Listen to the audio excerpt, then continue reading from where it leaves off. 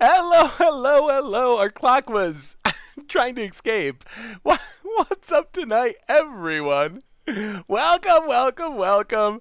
Fine Thursday evening to you all. Good to see you, good to see you, good to see you. What's up, swooping hog? Come on, Bill. Evil Geek, welcome to the stream. Blue Liger, Prism Knight, Song of Domania, Vintimute, Dead Llama, Romantic, Run, Calm Down, Jay Zoller, of course.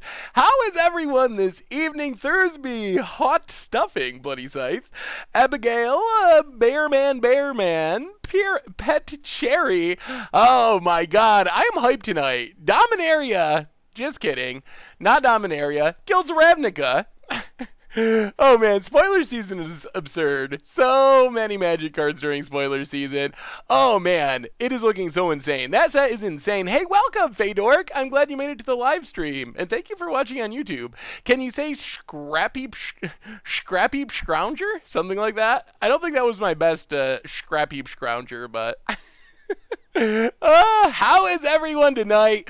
Oh man, so we're playing some Modern tonight. What in God's name is this deck? I called it Esper Flash. I don't know what the right name is. It's kind of like Esper mid-rangey shenanigans main deck Relic of Progenitus, which is why I kind of wanted to play the deck. Honestly, I really think Relic of Progenitus is pretty absurd in the main deck in Modern right now. And we get synergies with Wasteland Stranglers, so we can actually have an excuse to play our relics. Plus we have like Vencers and Restoration Angels and Wall of Omens, and I don't even know what exactly this deck is. I mean, it's like kinda control-y, but it's not really control-y in the sense where you're just like, draw, go. You're more tempo-y, I would say, than really being a control deck. We're not playing Snapcasters, not playing Cryptics, not playing hard counters other than a couple of counter squalls. So it's more like a tempo, disrupt you, do some attacking type of deck. So this is 100% less ninjas than I was expecting.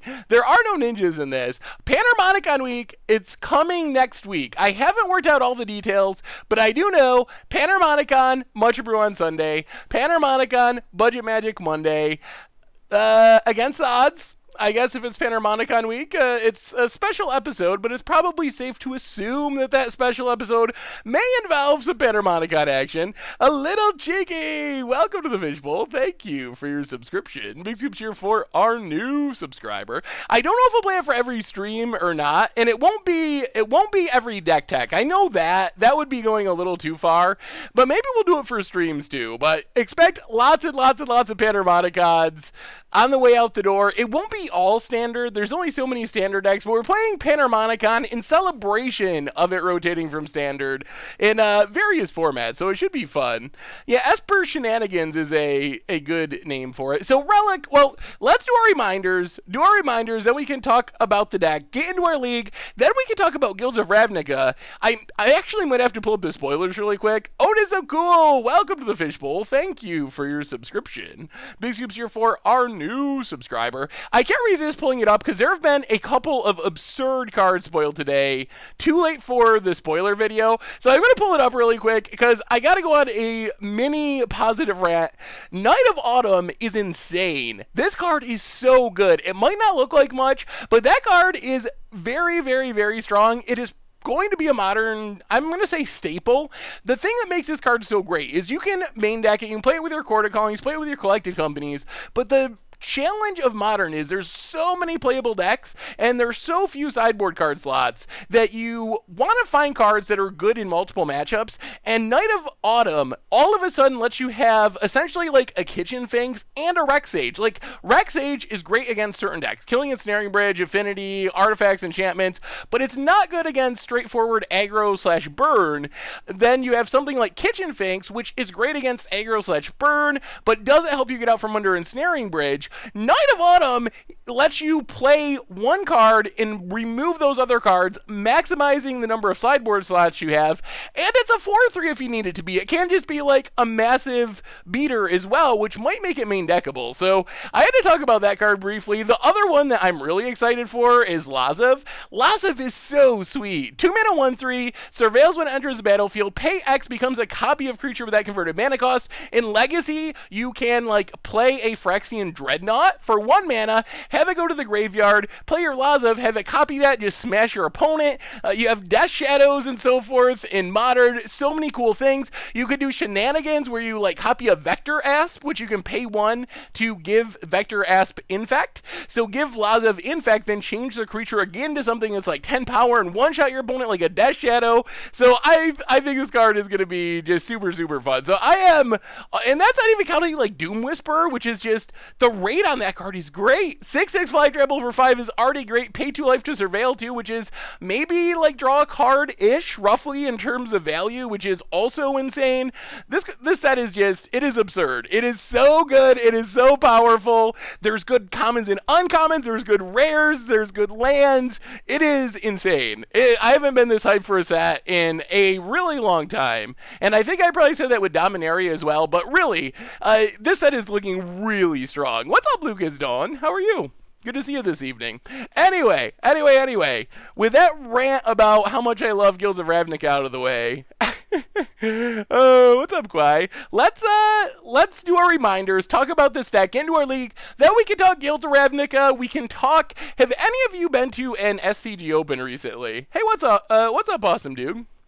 Music, awesome dude. I would guess that your first comment will have to do with there not being music. Second guess would be something to do with Fortnite. One of those two. 3 out of 10, Jay Zoller. Oh, because there's too many good blue cards. All right, Replay YouTube. That's where you can find all the old streams, including this one, in the future. Normal YouTube, Ever Shriek was actually pretty sweet on Against Odds yesterday, so check that out if you haven't. Also, all the Guilds of Ravnica coverage, Panharmonicon week coming next week. The sponsor, what's up, Goat Fiesta? The sponsor of tonight's stream is Ridge Wallet, of course, and Ridge Wallet, they make slim front pocket wallets out of carbon fiber and also titanium. Check them out over at ridgewallet.com. Get 10% off if you use a cold goldfish. They also offer free shipping, so thank you to them for their support. I know, awesome dude. Hopefully we'll get it figured out. Probably not going to get figured out before the end of spoiler season. Spoiler season is the busiest time of year for me, so it's hard to get that extra stuff done during spoiler season, but hopefully soon. I won't spoil it, but you should definitely check out the Evershriek deck, because it is actually pretty spicy, and better than I would have imagined. Merch page, tokens, t-shirts, playmats, all that sweet stuff. Good way to support the stream and the channel and the site. If you're looking to just support me, donations available, definitely not required, but $2 or more gets your message read on stream. And those are reminders, which means let's talk about the deck, and then we can start playing some Magic, talk about Guilds of Ravnica, talk about all that stuff. Dizzy Turtle, welcome to the Fishbowl. Yeah, I was impressed too, White Lotus. That deck was super sweet. Thank you for your subscription. Big soups here for our new subscriber. And Hot Stuffing, welcome to the Fishbowl. Thank you for your subscription. I did not expect it either. Songs of Domain. I want to say Dominaria, but it's not quite. Big soups here for our new subscriber. All right, so our deck tonight, we are playing, I called it Esper Flash. It's like Esper Shenanigans, Esper Midrange, Esper Tempo. I don't know exactly what you want to call it. It's kind of walking the line. We have a new donation. Goat Fiesta says, with a $5.55 donation, I admire your dedication to the Evershriek pronunciation. Also, I have learned to just never read the YouTube comments. Yes, people really seem to appreciate my pronunciation of Evershriek consistently as Evershriek, when apparently it's Evershrike or something like that. But it was close, and I think Shriek sounds better. Maybe, I'm starting to believe that maybe they should just change the names of Magic cards to fit my pronunciations, because they're often better anyway. Thank you so much for the donation, Goat Fiesta. So our deck tonight, could Bant Evershriek work? So, well, let's talk about this deck and get into it. I tried a Bant kind of Boggle style Evershriek deck, and I found it to be pretty bad. But we can talk more about that as we go along and what I learned about the Evershriek deck. But we should actually get into our league. So our deck tonight is Esper whatever. We don't really know. Esper Flash is what I went with. But the idea of the deck is pretty simple. And that is, Oh, we have another new donation. Thank you, thank you. $10 donation from Klotze. All my Prime subscriptions belong to Dr. Disrespect, so take this instead. You're keeping me in the game. Klotze, well, thank you so much. I definitely appreciate it. Oh my god, and Jeff Hoogland with the host with almost 900 viewers. Welcome, viewers of Jeff's stream. Also, Jeff, if you're there, hello. Thank you for the host. Thank you so much for the donation, Klotzy. Definitely appreciate it. So our deck tonight is Esper Flash. So basically, we're like shenanigans, Esper shenanigans. We have Tide Hallow Sculler for discard. We can do some cool tricks with Wasteland Strangler, getting the card from under Tide Hallow Sculler in our opponent's graveyard and killing something. Relic of Progenitus, just an awesome main deck card against graveyard decks, plus it fuels our Wasteland Strangler. We can do the same trick with Wasteland Strangler with Spell Queller, like instead of having the card waiting under Spell Queller for our opponent to kill Spell Queller, get it back, we just Wasteland Strangler into the graveyard, and then after we do the Wasteland Strangler shenanigans, we can Restoration Angel on our Spell Queller, on our Tide Hallow Sculler to start the fun again, Spencer, Shaper's Vaught for some bounce action, Settle the Wreckage better in this deck than in most decks because we have all these instant speed spells, so our opponent's not really going to necessarily expect Settle. They're probably thinking, oh, they're going to Restoration Angel. Oh, you might have a Spell Queller. And then we could just get them with the Settle the Wreckage. Teferi gives us just kind of card advantage, a finisher on the top end, Path to Exile, of course, for removal. So we're kind of just like annoying our opponent, doing little tricky things, and trying to tempo our opponent out of the game with random flyers and Wasteland Stranglers and Spell Quellers and so forth. So nothing, no specific combo or anything, kind of more just like value and grinding our opponent out that way. As far as the sideboard, mostly common stuff. Thought Seizes, Surgicals for graveyards, Collective Brutality, more discard, Disdainful Stroke, Counter Squall as counters, Celestial Perch for removal, Ruined Halo to shut down creatures or spells, another Settle. The most interesting spar is 3 copies of Gonti, Lord of Luxury. We are all in on Gontis, and I think that the idea is there's a lot of control decks running around, and in slower, more controlling, grindy, Jund, blue-white control type matchups, Gonti is pretty insane. So we can not only Gonti, but then we can like Restoration Angel Gonti and just play with our opponent's deck, grind them out with their old cards. So I think it's going to be interesting. I'm excited to try this out. I wanted to play something that was kind of like interactive and fun, and I think this is going to be fun. It is definitely a fair deck. We don't have any broken combos, but we're playing some good, clean, fair Magic. So we'll see. Our sideboard is unique. We are not playing a lot of the cards that you would think of as white sideboard staples. And I didn't build this deck. The name is on the deck list, but someone did 5-0 with it. So we'll see. We'll see. We are trusting that playing Gontis instead of Stony Silences, even though it's not. Man, look at that last league. Oh man, Tuesday. We were the 3-game match deck, and we did not win a single one. Oh my goodness, that was brutal. That was brutal. All right, let's do some flashing. Do you think that Lazav will be good with Mox Amber? I think it definitely could be. People hate being hit with Gonti. It is there's some psychological thing about your opponents playing your cards. It is way more punishing psychologically than you would think just by the effect of the card. We were playing, we went 0-4 because we dropped, but we were playing the green-white Enduring Ideal Enchantress deck, Enduring Enchantress. Hey, what's up, Rumpelstiltskin? What did you lose to so hard? Yeah, it was on Tuesday. It was a deck that we actually did what our deck wanted to do, which is cast Enduring Ideal, but that the deck did not have the right finisher. We had not Overwhelming Splendor, Sandworm Convergence, and our opponents were able to just like beat a 5/5 worm every turn, which was very disappointing. Fossil Czar, welcome to the Fish. Well, thank you for your subscription. Big soups here for our new subscriber. Yeah, I know you're so nervous when you get Gonti'd by your opponent because you know they have one of your cards, but you don't know what it is. So you're always thinking that they have like your best card there, and you're just going to get beaten by your own thing.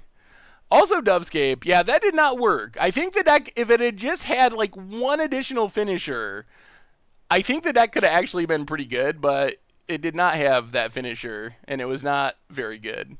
Let's Stream mode achieved. So what are you most hyped for from Guilds of Ravnica? We've been through almost a full week of spoilers now.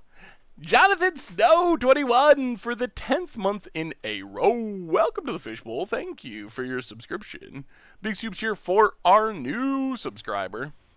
Oh man, the knight is insane. That knight is definitely going to be modern playable. I mean, it's fine in standard, but I think it's a card that I'm more excited for in modern than standard.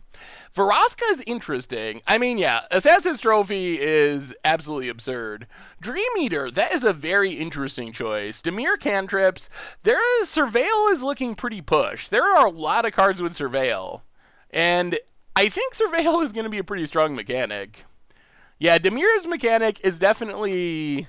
Well, we're on the draw. Our basic island is a little awkward with this Tide Hollow, but I think we keep it and just trust that we find a land. And then we can hopefully turn 2 Tide Hollow, turn 3 Wasteland Strangler or something like that. I think we'll try it. Mission briefing is going to be best in a Miracle Shout. I'm very confused on how good mission briefing is. I feel like it's better than my first impression of it is, which it reminds me of like Flood of Recollection, which hasn't really seen any play. It's obviously better than that. I still think it's probably worse than Snapcaster, but I've seen some people that are incredibly hyped about it. Assassin's Trophy, I mean, it's fine against... Is this, well, we might be getting our Gonti matchup right away. Is this Blue-White Control already? Gonti you? Counter Squall's good against them. I guess this hand's fine-ish against Control, other than Settle the Wreckage. Hallowed Fountain, untapped. And Serum Visions for our opponent. Ooh, Modern Aristocrats. Yeah, that was a fun budget Magic deck. We'll have to do an update of that one at some point. That's a really sweet one. Mission briefing being instant makes it leagues better than Flood of Recollection plus Surveil 2. Yes, it is clearly better than that. All right, Marsh Flats go. Land. Don't let us die because of our basic island. Just give us a land. Aurelia is, yeah, basically, although you can move the pumping around, so it's a 2/5, but it is a 4/5 if you want it to be. Aurelia mostly excites me with Lyra. I guess it's fine as a top end of a Boros deck as well, but it seems especially sweet. Maybe we can have like Naya Angels with 2 4-mana Angels in Shalai. Like you have Resplendent Angel at 3, New Aurelian Shalai at 4, Lyra at 5. That's a pretty solid Angel curve. Like that seems like that might actually work. Oh man, a land here would be great. Relic.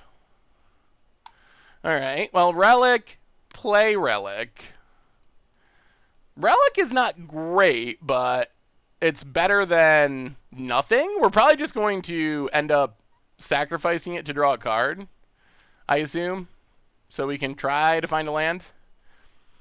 I'm excited for the new Angel Token creator that they haven't revealed yet. Oh yeah, that's right. I forgot there was an Angel Token spoiled today. All right, search for Escanta. Well, Cragmarsh Flats. Unfortunately, we're just going to have to cash in this Relic. Get a Godless Shrine. Untapped. Sag Relic. Land. Oh, Teferi. Oh, God almighty. Oh, no. No. Oh, the dream is dying already. The dream is dying super quickly. Oh, we're so unlucky already. We have a new donation from JT Ruckman. $2 donation. Hey, Seth, I love the idea of this deck. Instant speed decks seem so much fun. I've been playing a similar deck with red as well. Could I email you a list and get your opinion? Yes, saffronolive at mtggoldfish.com. I would love to take a look at your list. Thank you so much for the donation as well. Oh man, this is the nightmare. What's up, Saffron Olive? Well, I mean, the magic gods are just not smiling on us so far.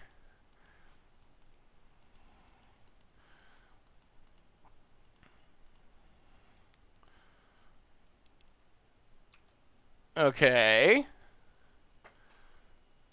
Opponent Field of Ruins. We grab a Plains. And I think we're just going to, like, play a Spell Queller so we have a thing that can do stuff. It's better than discarding the hand size, ever so slightly. Pass the turn. Haha! Gotcha! Warrior! Welcome to the Fishbowl. Thank you for your subscription. Big scoops here for our new subscriber. I think the new Cyclops might be the thing to tie this deck together. Ooh, let me take a look, future IDK. Well, that's a lot of mana symbols. Well, if you can cast an Apex of Power with the Cyclops out, that's a lot of value. That is a big Cyclops. Another new donation. Cafe Lattis 94, $2 donation. Hey Seth, first time watching your stream. Could you maybe play an Aristocrats deck? I saw one on Tapped Out that looked awesome. Here it is. Note that it's not my deck. Well, thank you so much, Cafe, for the donation, and let me take a look. Yeah, I would definitely not mind playing Aristocrats in Modern again. We played it a while ago for Budget Magic, and Aristocrats is one of my favorite styles of deck, so I am definitely down for Aristocrating at some point. That list looks pretty sweet. Kind of a lot of two-ofs, but it reminds me somewhat of like the old standard Aristocrats deck. Serum Visions for our opponent. Fruit Kid, I'm sorry, future IDK. I keep mixing you up with someone else. Another new donation. Opponent's just Serum Visioning, Celestial Colonnading. All right, there's a land. We are off to the races, kind of. Ish. Not really. Get in with Spell Queller.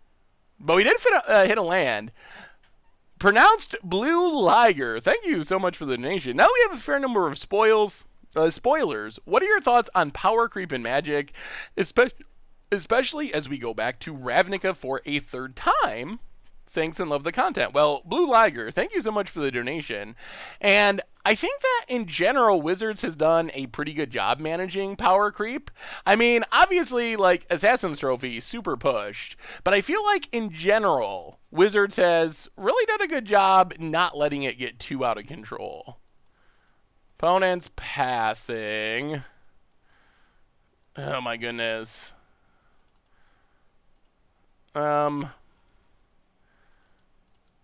Do we run out of Spell Queller and just keep attacking? Is that what we have to do here? I say Syrup, whatever that one is. I think the new Surveil Caster Mage, I think it's good. I don't think it's good as the original Snapcaster, but I do think it is good. There will be a Goldfish spoiler. Next week, there is a Goldfish spoiler. So, thanks to Wizards being awesome, we do have one. Just haven't gotten to our turn yet. What's your opinion of Assassin's Trophy and Modern Jund? Staple, I assume. I don't play Modern Jund as much as some people, but I would imagine that it is just, I would start off with several to the full 4 copies in my deck. Hexenrug, welcome to the Fishbowl. Thank you for your subscription. Big scoops here for our new subscriber. Another relic. Good golly. Well, get in with the Spell Quellers. Keep on attacking. We have a lot of uncastable cards in our deck. Opponent. Vendilion Click. Targets us. Sees our uncastable cards. It could be a budget Snapcaster. It'll be interesting to see exactly where it ends up price-wise. Opponent leaves it. Yup. Blocks. Yup. Gets back nothing. Well, play Relic. Mana Leak. Oh, this Mana Screw is going to do us in. Now our opponent gets to flip Search for his Kanta. This Mana Screw's been brutal. $2 donation from Asura Doran. What are your thoughts on the Hydra Tribal deck? I was going to play Boros, but Silesian decks look so sweet. I don't know which one to play. Thank you so much for the donation. Can you send me a link to the Hydra Tribal deck? Goddard Hazard, welcome to the Fishbowl. Thank you for your subscription. Big soups here for our subscriber. Opponent. Terminus, off the top. Yep. There goes our board. I mean, we got a million cards in hand. Not that we will ever be able to cast them, but... Oh my god, it's a land. Oh, play the swamp. Oh, this has been so sad. Was there ever a budget snap... for budget deck? Some flash body with utility for control? No. Not that I can think of. Oh, another new donation. Hey, Seth, did you see Blood Operative? Not many cards from the new set that remove cards from the graveyard. Yeah, Blood Operative is pretty sweet. It's kind of like the new Blood Artist type effect.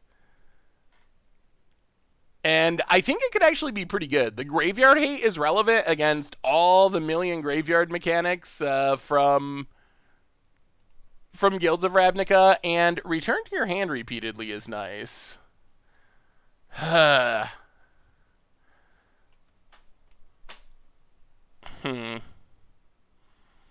So we can try to Detention Sphere as Kanta.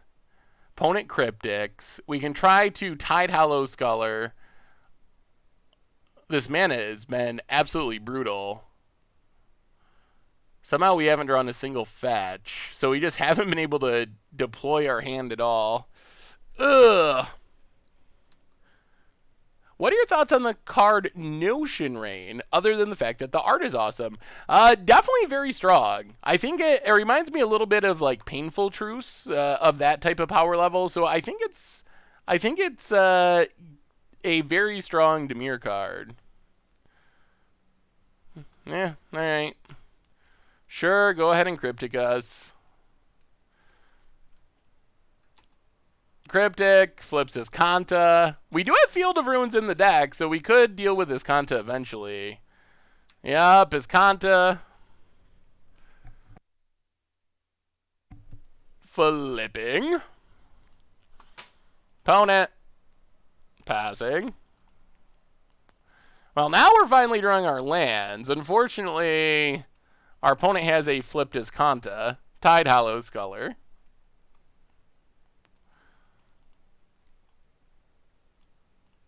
See what's in our opponent's hand. Terminus Snapcaster Detention Sphere.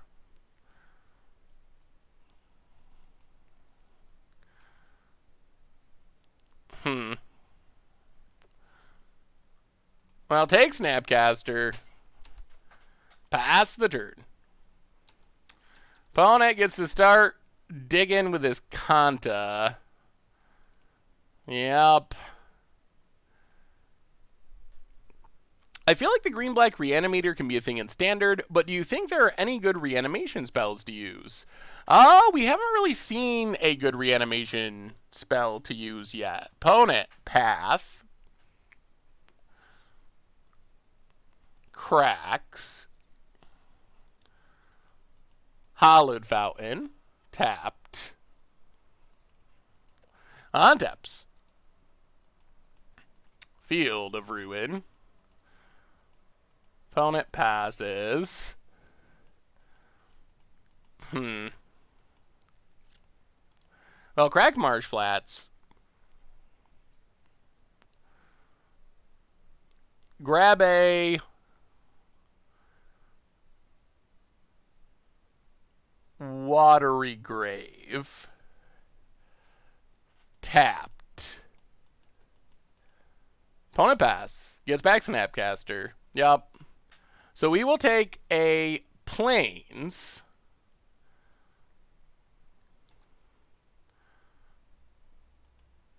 Untap. Relic, eh?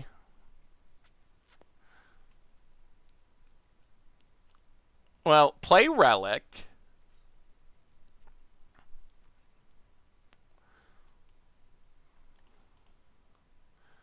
Play Tide Hollow Sculler.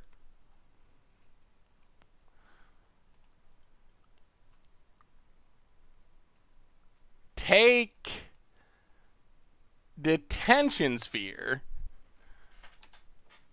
Pass the turn. So opponent has Snapcaster Terminus as Confines. a Jace. 1, 2. 1, 2. All right. Well, we have Counter Squall. Opponent's going to run out Snapcaster.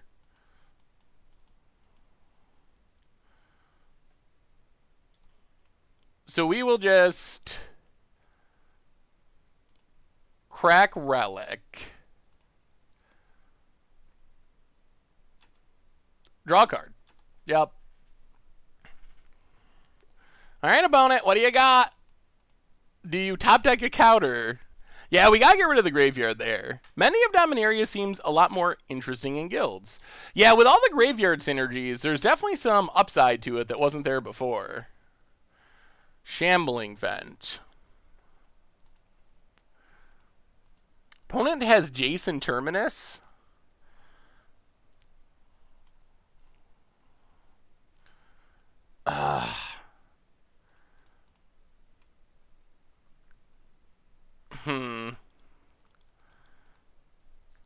One, two, three. I'd love to Teferi, but if we Teferi, they can just find a counter with his Kanta. So I think we just Wasteland Strangler.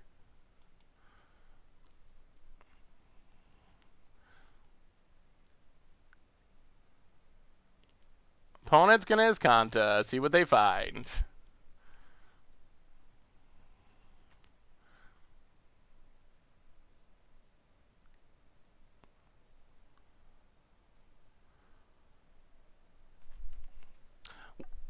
It's a Cryptic, of course.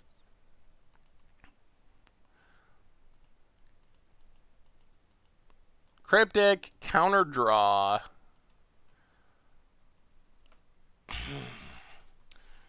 Well, I think we have to counter Squall.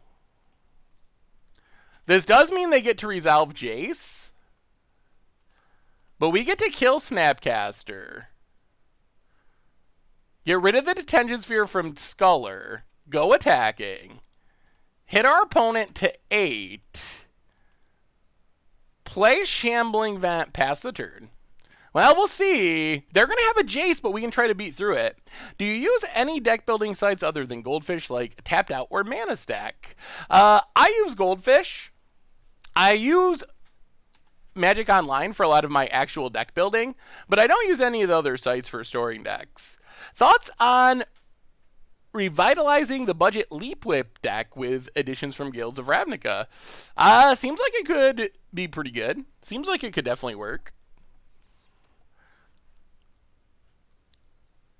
New Counterburn playing in Jeskai Control or not?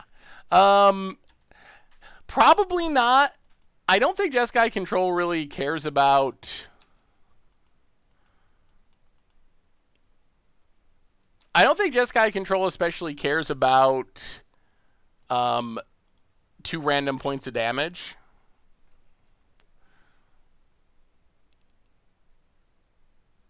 Hit Jace, hit our opponent.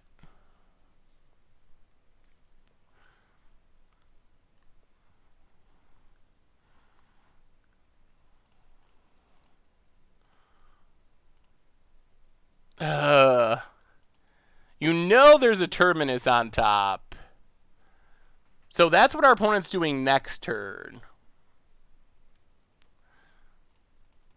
I mean, I guess we just Teferi.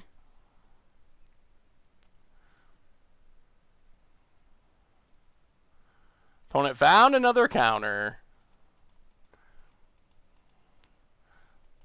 Well, pass the turn and get Terminus, I guess.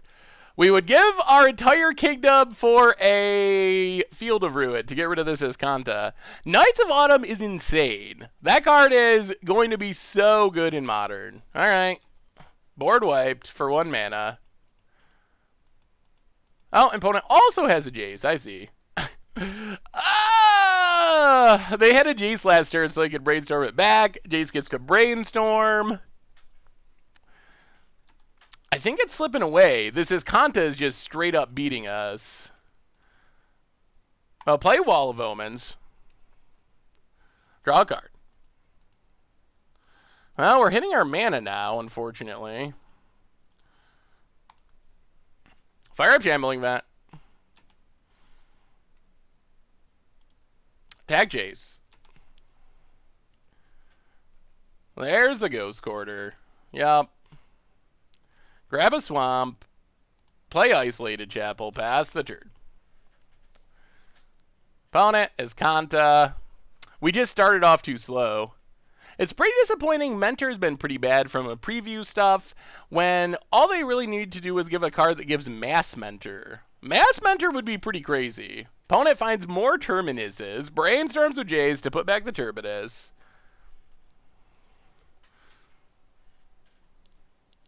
Wouldn't it have been worth it to... Well, we weren't going to get them anyway because of the Ghost Quarter. Opponent finds a negate.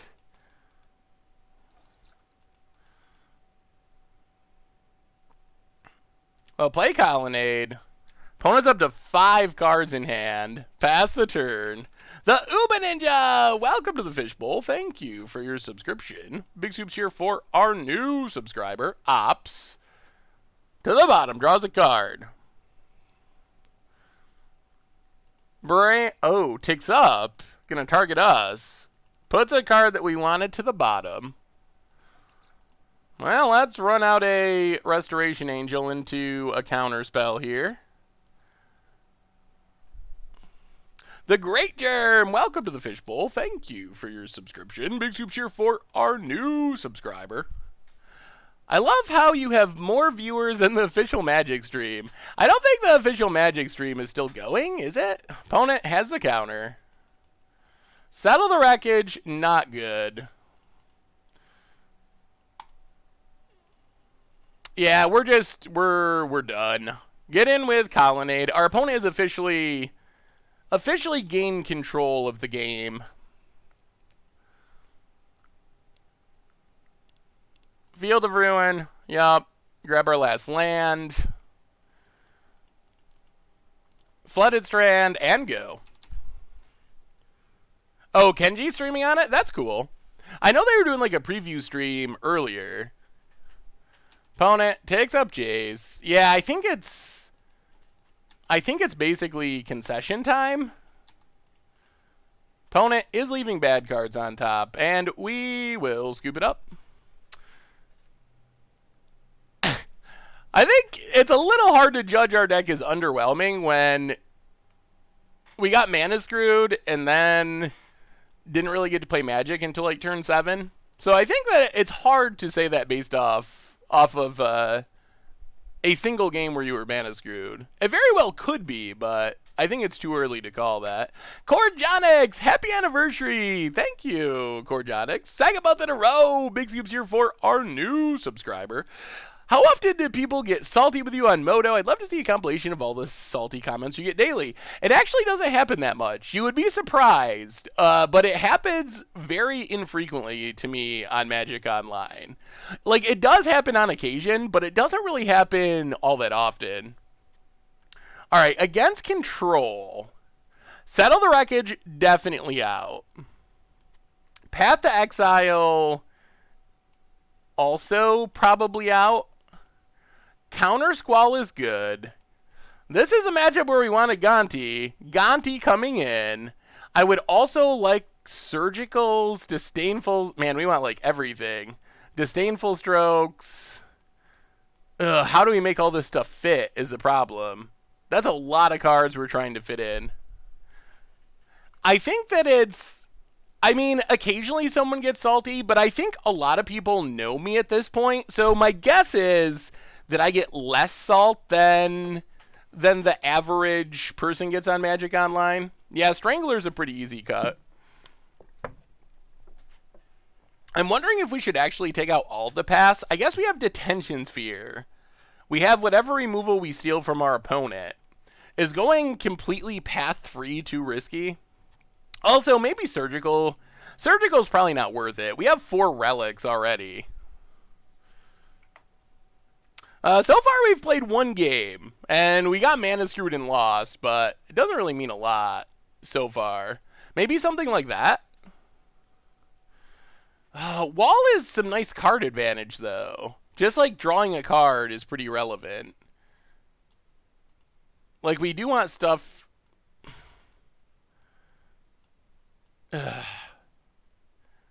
Maybe like one wall, one path. Actually, maybe we don't want both brutalities. Let's go one brutality, two paths, one wall. All right, let's try it like that. Have you thought about mentioning the cards you've tried in your videos to shut up all the people commenting to say that you should have put in card X? I haven't really thought of that. Like, I don't know. I don't know how it would actually make the video work if we did that. We got a relic. Still a little land light compared to where we want to be, but let's island and relic. This hand has a lot of decent stuff. Hopefully we don't have our land troubles like last time. I think Sphere is fine because of Teferis and getting rid of them. Well, I guess we just have all the relics. Colonnade go. So relics for everyone. At least they can find us a card. So yeah, I'm not actually sure how I would put in a video what cards I had tested. Maybe there's a way to do it in the deck tech, but a way to do it and make it actually natural. So with the Evershriek deck, I really like the card, and you build a great deck around it. Yeah, Evershriek turned out really sweet. So my initial take on Evershriek was to try to play some sort of like Boggles style deck was my initial thought. All right, exile. And I found pretty quickly that any aura that costs more than one mana, oh my goodness, that costs more than one mana is just absolutely, oh my, seriously? All right, well, we found our land. It was an adventure. We had to give up both of our relics for very little value, but we did manage to hit our land drop. Opponent ops. Oh, that was brutal. This deck, how many lands do we actually have in this deck? I think it's a high number, isn't it? Are we like, is this deck skimping on lands, or are we just getting unlucky? 25? Good God. That's an infinite number of lands for what this deck's doing. Oh, man. Oh yeah, we're just running not super well. That's a ton of lands. Opponent. Tap land. And passes. Oh, you gotta be kidding me. Wall of Omens. Draw. Not a land. Alright, pass the turn. Well, Evershriek and Eminent Domain were a couple of great videos this week. It's been a fun one. Thank you, Spikes Cafe. Yeah, those both turned out really sweet. Alright, we found a swamp.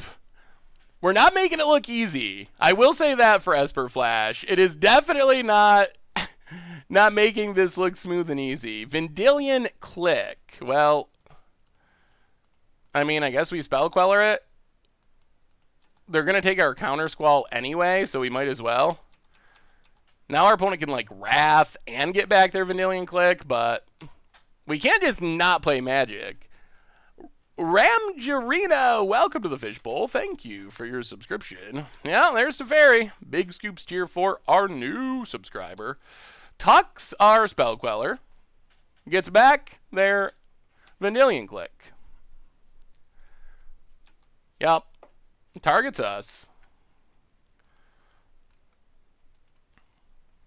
Well, we do have a Detention Sphere. It takes our entire turn and a half to cast it, but not a land. Well, we got a Detention Sphere to Teferi. Oh, if we had a land here, we could be leaving up Counter Squall. Oh, this has made me very sad. What's up to Bonus? How are you tonight? Opponent untaps. Island. Search for his Kanta. Yeah, that would have been a good time to also have Counter Squall. Opponent gets in. Hits us. Down to 17. Passes. Another Gonti that we can't cast. All right. Well, we will pass the turn. Yeah, Guild of Ravnica is going to be super insane. With all the new toys from Guilds of Ravnica, I'd love to see an updated Thunderous Wizards. The deck has been a lot of fun to play. Looks to only get better. Yeah, I could definitely see updating that. It does get a lot of potential new pieces. Opponent gets in. Hits us. Well, I mean, Restoration Angel.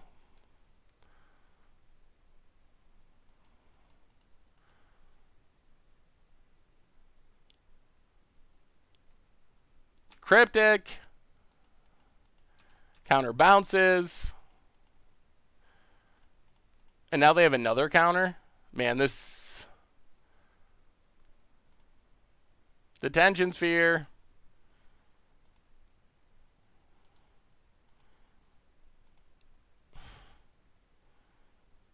This is very depressing. Pass the turn. Yes, there will be a Goldfish preview coming next week. If we had drawn if we had drawn one additional land, we easily win this game. I mean, all right. And we are going to scoop it up. If we drew a land, we would have won that game incredibly easily. So technically we're 0-1. Although it's worth mentioning, we just kind of got the Magic gods just frowned on us. We were mana screwed both games that match, and that second one in specific, we were one land away from we would have been able to just leave up our counter spells for everything, and we would have very easily been able to win that game. Is the new Vraska finally the key to breaking induced amnesia? That actually sounds pretty spicy. Maybe. I mean, we have 25 lands. It shouldn't be that hard to just hit your first, some number of land drops in your top 20 cards, but... Ooh, let me see. Asuradoran. Budget Hydra Tribal. That definitely looks fun. I think I remember, maybe you showed me this. I remember seeing this before. I'm not sure about going into white. I mean, it looks like a very fun kind of casual against the odds deck. I think the challenge you'll run into is if the Acolyte gets killed when you're trying to put a Freed from the Real on it, then you're probably going to have a rough go of it.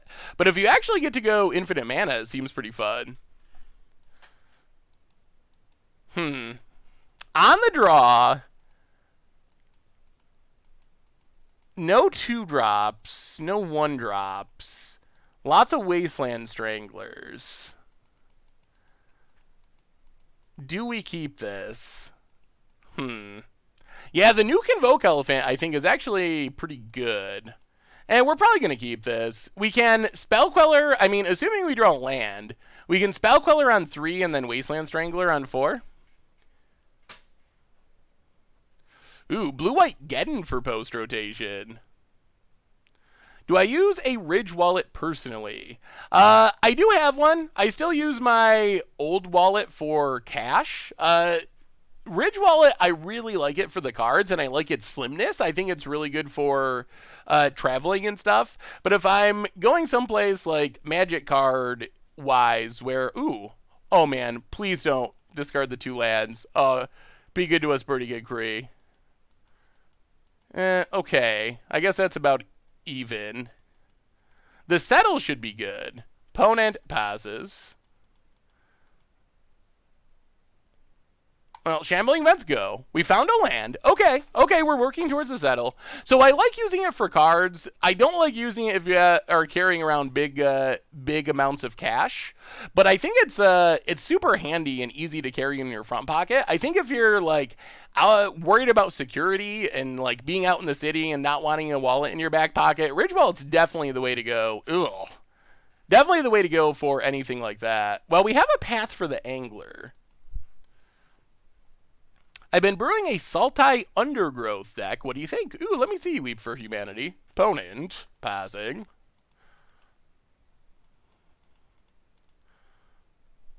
Sultai Undergrowth. Well, let's just play Hallowed Fountain. Tapped. Pass the turn. That looks, That looks good. Man, so many new cards. I'm having to like read everything because I'm still getting used to some of the new cards. Oh man, this is gonna work great. We get to Path Gurmag Angler, then Wasteland Strangler, Flame Blade. It looks sweet though. That's like almost a block constructed deck. Hey, awesome vids, you thought about giving some love to Blue Black land destruction and playing Pauper. There have been a lot of fun recently and a few flawless victories. That sounds super sweet. I really like land destruction decks in Pauper. We played a couple in the past, but I don't think we've played Blue Black. There's a playing Pauper coming up. So tonight there is a wow, there goes all the goblin lores. So tonight there is a goldfish gladiator, and then next week there is a playing pauper. Now let's just strangler, get rid of flame blade, put, I guess just a random land, pass the turn, and I think we're in pretty good shape now. Hey, what's up, Alien Sea Rust? How are you tonight? If I want to send you something in for Fish Doctor, how much advance should we send it?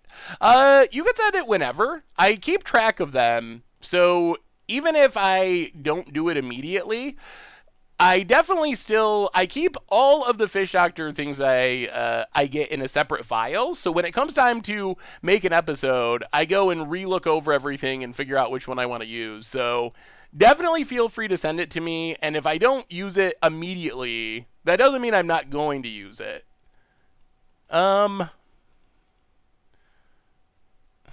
Fencer. We're probably just going to settle, I assume. Yeah, let's just Isolated Chapel go.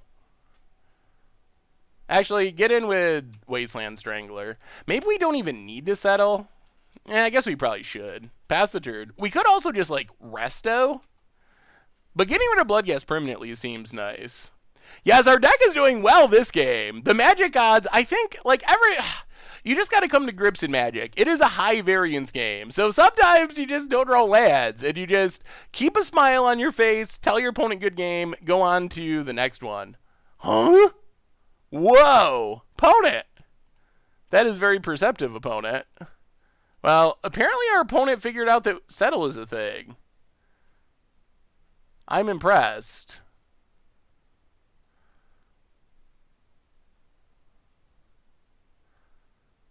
Bolt's Wasteland Strangler. Sure.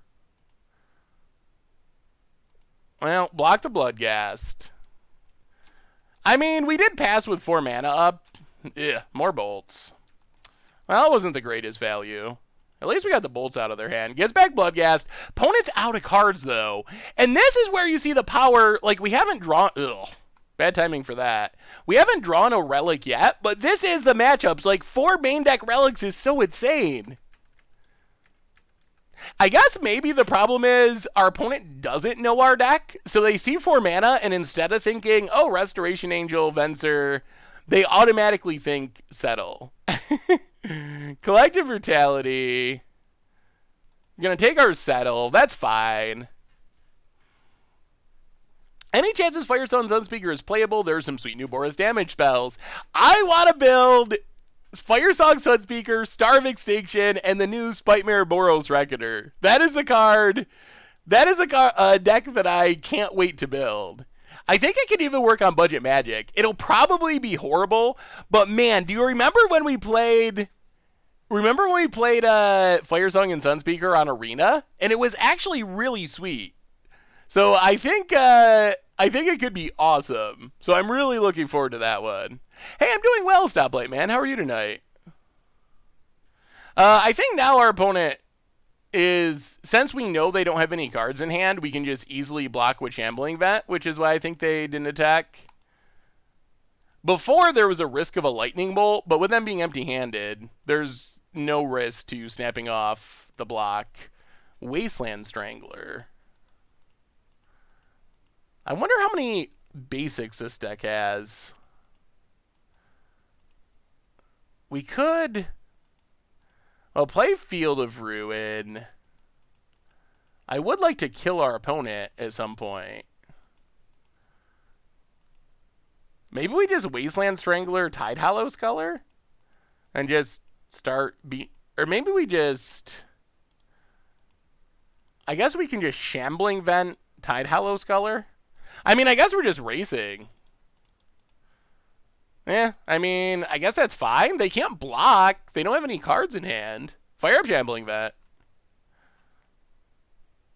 Bring the battle to them. Hit our opponent. Down to 11. And I mean, they're never going to really have cards in hand, so run out Tide Hollow Sculler. Pass the turn. Bounce a Bloodghast and eat it with Tide Hollow. Alright, Flame Wake. I guess that's annoying. Opponent gets in. Hits us. Ooh, Spell Queller's not bad. Well, let's Wasteland Strangler. Man, our deck feels very well set up for this matchup. Kill the Phoenix. Go attacking. Hit our opponent. Down to 9. Pass the turn. We will Spell Queller essentially anything they cast. Ooh, what do you think about D&D for Guilds of Ravnica? Opponent gets in. We take it. Yup. Down to 7. Well, let's still run out Spell Queller. Untap. And I mean, I guess we just go for lethal. Fire up Shambling Vat. And a pulse scoops it up! Taking him down, taking him down! I have never played much D&D either. I've played exactly the one game that we did for content. I'm not a good actor. I've never been good at that, like charades or things like that. I don't know why. I've just never felt super comfortable acting. I'm very comfortable like talking and entertaining, but I'm more comfortable doing that being myself and just like being natural. Not very comfortable trying to pretend to be someone else. We got there without the relic, so unfortunately, I'm out of arena beta keys, although they're giving lots of them away at various places. So if you look around, hopefully it shouldn't be too hard to pick it up. There is no news on the wipe or rotation / Guilds of Ravnica on arena yet, although I did hear that they push back. So it's supposed to be coming in like the monthly update or state of the beta, whatever it is. And they push back the state of the beta by a week. So it's going to be happening, I assume, the end of next week. We will get the information. All right. So settle in. Celestial Purge, I guess, in. And maybe like Surgical in. Our deck just automatically feels well set up for this matchup. We can go down to Venser. Is Counter Squall, like, is it worth fighting over their card draw? Probably not. Just fight the creatures. Ruined Halo may be good to name Hollow One. Yeah, we could play Ruined Halo as another removal spell. I think we can cut Counter Squalls. Ruined Halo does shut down some annoying stuff. I don't know how necessary it is. What would we cut for? Cut Wasteland. I could maybe like Tide Hollow. Tide Hollow. Yeah, Wasteland I guess is a little hit or miss. Maybe we go like one Wasteland, one Tide Hollow, plus 2 Ruined Halos. And just run it like that. I mean, we have 4 relics. We should be good. I don't think I want to bring in Stroke just to hit the big things. I think we can hopefully take care of the big things with Paths and Ruined Halos. Because Stroke doesn't hit a lot of the other stuff. Well, alright. No graveyard hate, but we have removal. And removal and removal. Well, maybe we'll try D&D again in the future. They have help for this season with Jeremy filling in, which is awesome.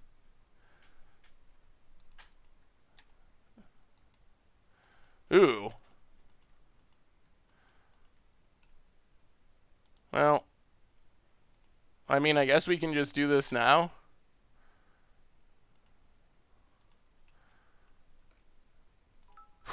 what it had to. I mean, yes, I guess we could have waited till their upkeep, but then you run in. Well, yeah, I guess we could have waited till their draw step. Wow, their hand is horrible. Oh, easy. Easy. 2 Gurmag Anglers. That's it. And a Flameblade Adept. Oh, we're in great shape. Our deck is great. It is great. We had a rough start, but now our deck is great. Saffron Olive is a character. You're totally an Is It Guild Mage. I guess there's an argument for that. Thank you for the cheer. Big D&D fan. Love to play it with my close friends. Yeah, it seems like that's probably the way to do it. D&D, not unlike Magic, where you can just like go to a tournament and play with a bunch of people. I don't think D&D would be good that way. What do you think, if you're a D&D fan, what do you think of the Magic D&D crossover things, etc., etc.? Ooh, the deck list is cut off by chat. I will see if I can improve that slightly. Opponent thought seizes. Sure. Thankfully, I have a lot of things that are good here. One thought seize doesn't wreck us. All right, that'll work. Opponent. Penialite, welcome to the Fishbowl. Thank you for your subscription. Big Scoops cheer for our new subscriber. Hits us. Down to 17, sure. Yield of Guin. Well, Isolated Chab will go. Opponent is going to get down a Gurmag Angler at some point. Probably now. Kaladesh D&D looks sweet. Yeah, it's interesting to see Wizards combining together their different properties or games. I play Pathfinder, and the Ravnica book is honestly making me think of switching to 5th edition. Sweet. Opponent. No attacks. Well, I mean, we're going to run out of Spell Queller. They don't have much to counter. More lands. Well, you know what, Spell Queller? Hit our opponent. Play Marsh Flats. Pass the turn. Nasmith, 21 months in a row. Time does certainly pass. My body and wallet is also ready for Ravnica. It is going to be insane. Seriously, this set is so good. It is so good. It really is. It's going to shake up Standard. Standard is... So I was recording, because it's Panharmonicon week last week, so I was recording Standard for Panharmonicon week. And every time I would play against, like, the red deck, or play against, Scarab God, I just found myself saying, oh man, I'm going to be so happy when these cards, like, rotate, and I never have to see them again. That is just going to make me so incredibly happy. Let's kill this Flameblade. Strangler doing some work. You can have your Bloodstained Mire. Get in with our Spell Quellers. Hit our opponent. Down to 9. And we have this Colonnade 2. What about the Survey 2 flashback card? I think that card has some potential. I don't think it's as good as Snapcaster, but I think it is very strong. Or Surveil 2. I was surprised that the Demon didn't have a downside. Normally when you see those 6/6 flying tramples for not a ton of mana, there's always a downside, but this one just no downside. You got it. Lumen, welcome to the Fishbowl. Thank you for your subscription. Big Soups here for our new subscriber. So there was a time I've been reflecting on this Standard, and looking back on the Standard, there was a time when I loved Scarab God. And Scarab God, that one is one where I feel like I nailed it right from the beginning. Like, as soon as it was spoiled on the podcast, Richard and Chaz were like, oh, maybe it'll be okay. And I was just like, no, like, you don't need support. You don't need to be a reanimator deck. You just play this card as your finisher, and it's going to be insane. So I felt good about that one. On the other hand, an opponent, GG, scoops it up. I was very down on Hazoret. And, like, this card is bad. I don't think this card is good. And then Hazoret was absolutely absurd. So I did good with Scarab God and did extremely bad with... with Hazoret as far as figuring out their power level right away. All right, up to 1-1, and our deck felt great in that matchup. As sad as round 1 was, that matchup was equally as awesome. Oh, I don't want to bully you, fruit kid.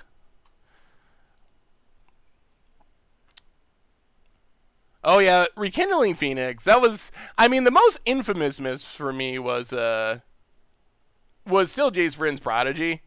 I not because like with Hazoret, it's not like I wrote an article saying it was bad or like it was just like in passing, whatever. I think it's hard to turn on. It's a lot of mana, etc., etc. It was just like stuff like that. But with Jace Vryn's Prodigy, I wrote an entire article just trashing Jace Vryn's Prodigy, and then it became like the best card in Standard. So when it first came out, I don't know if I said it was bad in those exact words, but I definitely was kind of like meh on it. I don't think it's that great. I think that it's going to be hard to get empty-handed and things like that. So I was not just immediately hyped about it. That's for sure. This is a hand that is either insane or horrible. Trying to take a group to GP Atlanta with some budget Magic decks. We have 8-Wack and Spirits. What should our third be? Spirits, 8-Wack. Maybe Burn? I mean, if the goal's for winning, I think Burn is not a bad option, especially with some of the price changes. You can actually play like a 2-color Burn deck now on a budget. I mean, we're gonna keep. Hope it's not Control. Hope it's a creature matchup where these cards are great. Eminent Domain, if you just want to have fun, Eminent Domain is a great option, and I think it's like semi-competitive. I still think you'll run into some not great matchups, but that deck is an absolute blast. It is so much fun. And we will definitely try to revisit some more of my favorite old budget Magic decks. Oh, no. Some more of my favorite old budget Magic decks over the course of time. Well, this isn't good. This is not good. It's Control again. And we kept a hand that has literally nothing for Control. At least we can put our deck to the test and see if we can actually beat the Control deck with our Gonti sideboard plan. Can we make Eminent Domain non-budget? Definitely can. Non-budget doesn't get a ton of changes. I think like Jace or Chandra are good options. And then Relic. I think Jace and Chandra are good options. Do we even play Relic here, or do we wait? Let's wait. Let's just Hallowed Fountain tap, pass the turn. We could get Mana Leaked here. We don't get Mana Leaked next turn. And we don't have anything else going on, so. I play an enchantment deck with 4 Evershrieks, and Retether is a great card for Aura cards in the graveyard. Ooh. That sounds pretty sweet. I think, let me see. Yeah, so my first build of, I wonder if I have it here. More lands. My first build of the deck, let's play Relic. My first build of the deck was, let me see if I actually exported it. I think I did. It was not good. Someday I'll have to do a series where I just haven't figured out the way to actually do it, but I think it would be cool and maybe beneficial to actually see like the deck building process. So this is where I started off with the Evershriek deck, and it is not good, but it was a Retether Evershriek. I even spelled it like Shriek. But it was a Retether, try to get stuff in the graveyard, try to get back Eldrazi Conscription, but not only did the deck not work as well as I was hoping, I realized that it was because of Eldrazi Conscription and how you can basically never Evershriek it because it's 10 mana, it was kind of more of a Retether deck than an Evershriek deck, or at least too much of that. So, and I did have some sweet combos though, like, Pharisis, the Infect enchantment. If you can get that and a Battle Mastery on Evershriek as a one-shot kill, there's a couple of other ways of doing that. Eldrazi Conscription with Infect gets it done. So that's where I started. It wasn't ideal, but lived and learned and moved on. Yeah, It's not standard. Phone it. Ooh, targets themselves. Okay.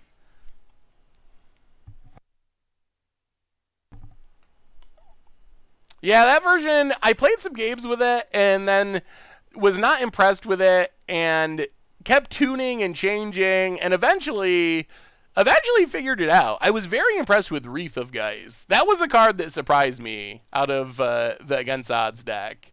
I didn't expect Wreath of Guys to be as good as it was. All right, Field of Ruin go.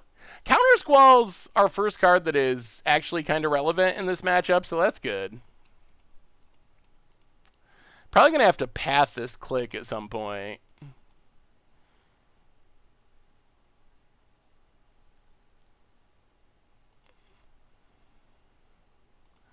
Yeah, let's just do it. Click down. Opponent gets a land. Opponent. Terminus or terminate? I'm not 100% sure what you're talking about. Well, Spell Queller is also not bad. Pass the turn. Our hand is slowly sort of improving. We're playing like an actual control deck at the moment, though.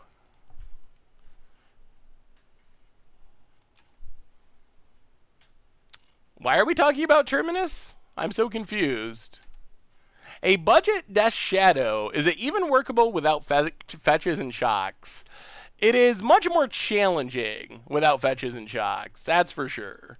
It might be possible, but you have to play a lot of kind of meh cards to lose life. You have to actually try to combo with it with like Spell Sky or other things to make you lose life. So instead of just naturally losing life with your mana base, you actually have to put a lot of work into it. Jace the Mind Sculptor. Well, let's counter Squall. Can't have that resolving.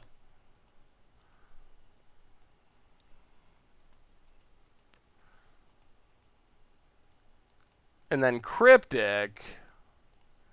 Well,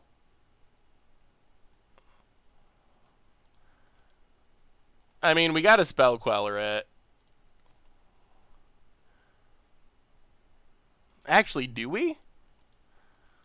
Huh.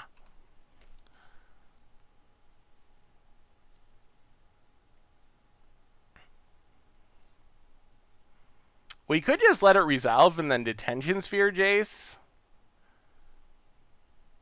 I don't like having a Cryptic under the Spell Queller. That leads to Path to Exile blowouts. But I don't really want to let our opponent draw cards either. The other problem is Teferi still gets through. We could draw a Wasteland Strangler, I guess, to process it. Viral's is a cool, but that's kind of more like a Viral's deck, but that is a cool idea. D20 Bandit 91 for the second month in a row. Keep it cool, Seth, my dude. Well, you keep it cool as well, D20. Thank you, thank you, thank you. Queller the Jace.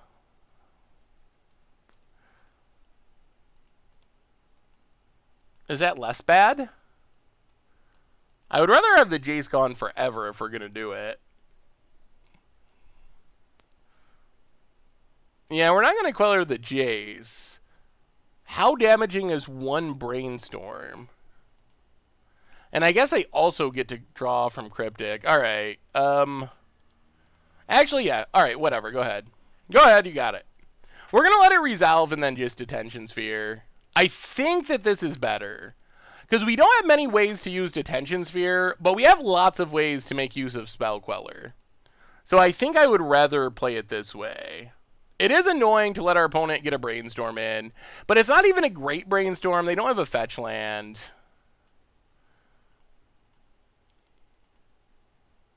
Our mana's a little awkward. Do we need to Field of Ruin first? 1, 2, 1, 2, 3, 1, 2, 3. So if we Field of Ruin,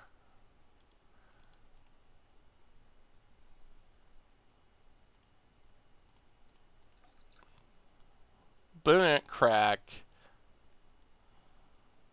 I guess we can still do it later. So let's just Attention Sphere.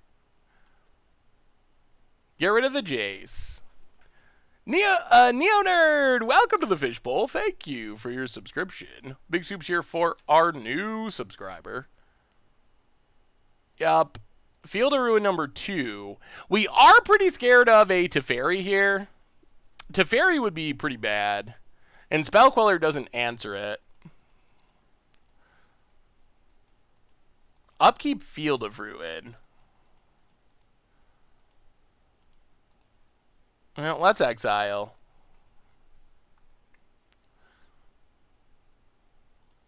Float a mana because it's the right thing to do.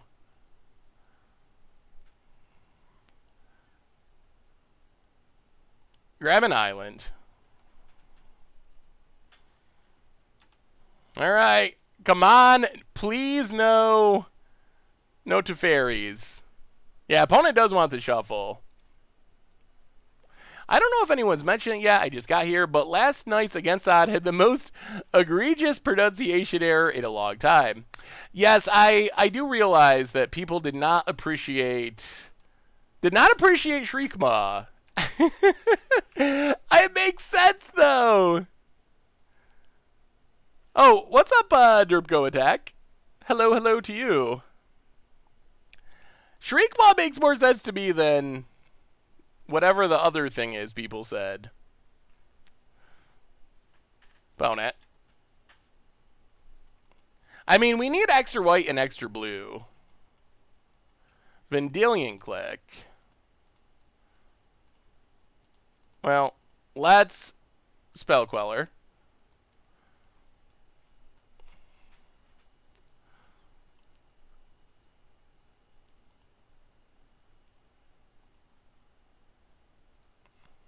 Opponent's going to Path.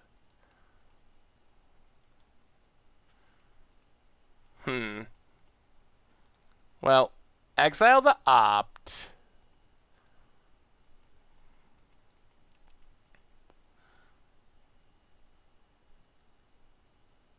Opponent paths. We get a land.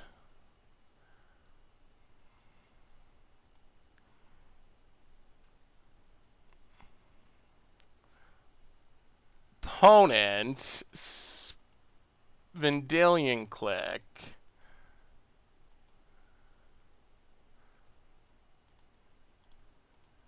Well, let's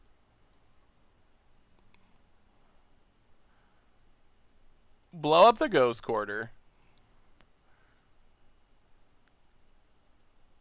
Get a Plains. I think we're going to fight over this. I mean, Viscera, that's how you say it. I think that's a correct pronunciation. Hey, doing well tonight, Tiller. How are you? All right. Vendilion Click is not resolving. You did tap us out, though.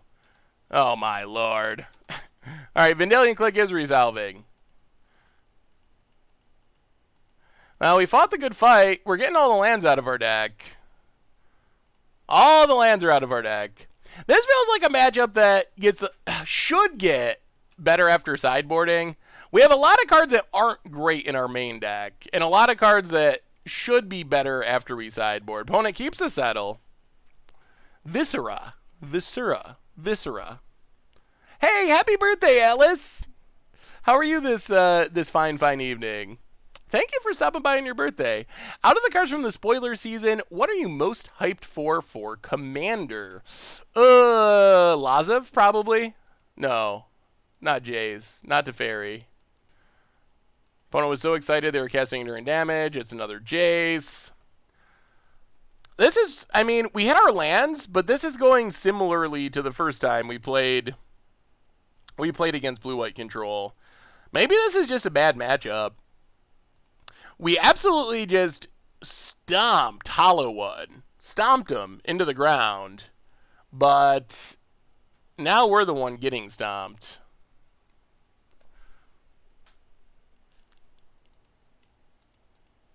Wasteland Strangler. Well, play Strangler.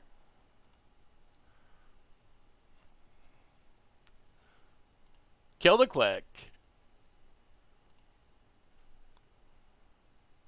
Put Field of Ruin in the graveyard. Crack Relic.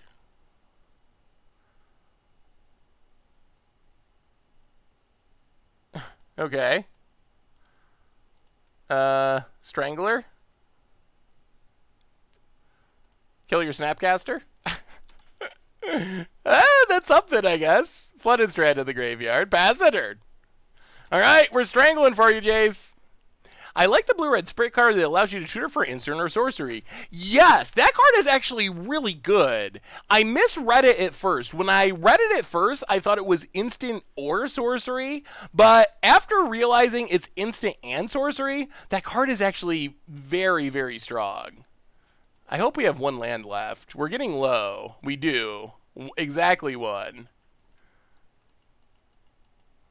Well, come on to Fairy or Detention Sphere, I guess, are our main hits.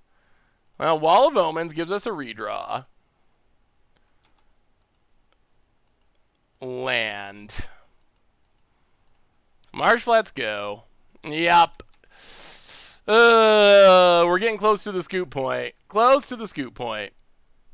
Clarion could potentially work in a Boros mid-range with an emphasis on going big as opponents are going, as opposed to going fast. There are many good payoffs at 4 and 5 mana slot. Oh, what is your moral dilemma, Alice? There are many good payoffs in the 4 or 5 mana slot, as well as getting burned for early creatures and exiling problematic permanents later. Isn't Clarion just the Anger of the Gods effect? Or am I thinking of something else?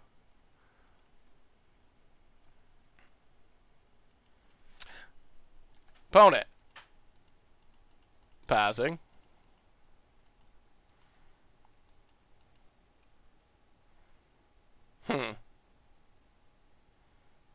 Alright. Pass the turn, I guess? Huh. Mystic Gate. Opponent's ticking up the Jays. So they have a handful of action, must be. Leaves a card on top. Well, let's Venser. Wow, no counter? Bounce the Jays.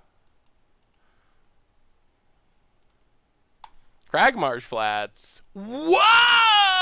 No lands left. Get in with Venser. Hit our opponent.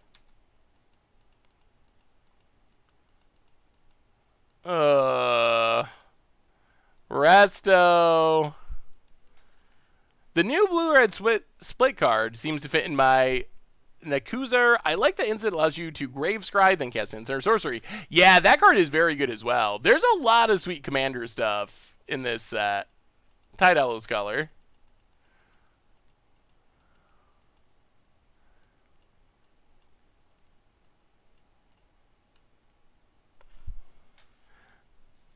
I just came out of a relationship, but I'm already falling for someone while still loving my ex. That is a tough one, Alice.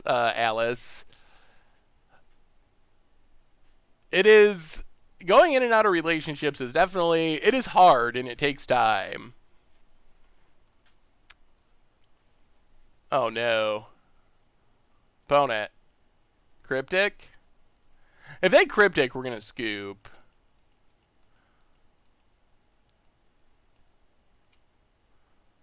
Sphinx's Revelation?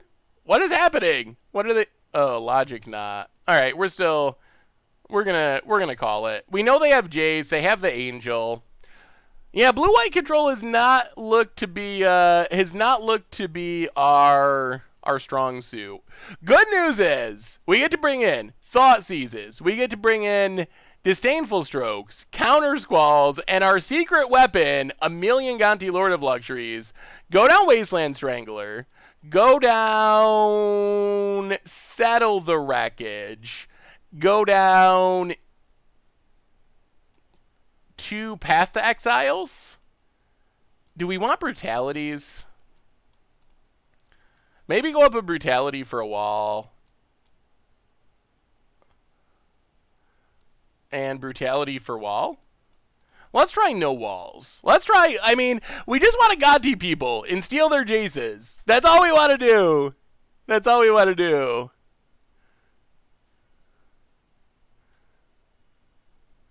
Yeah, I think the Boros Anger, I think it's good. I just think the lifelink ability is weird.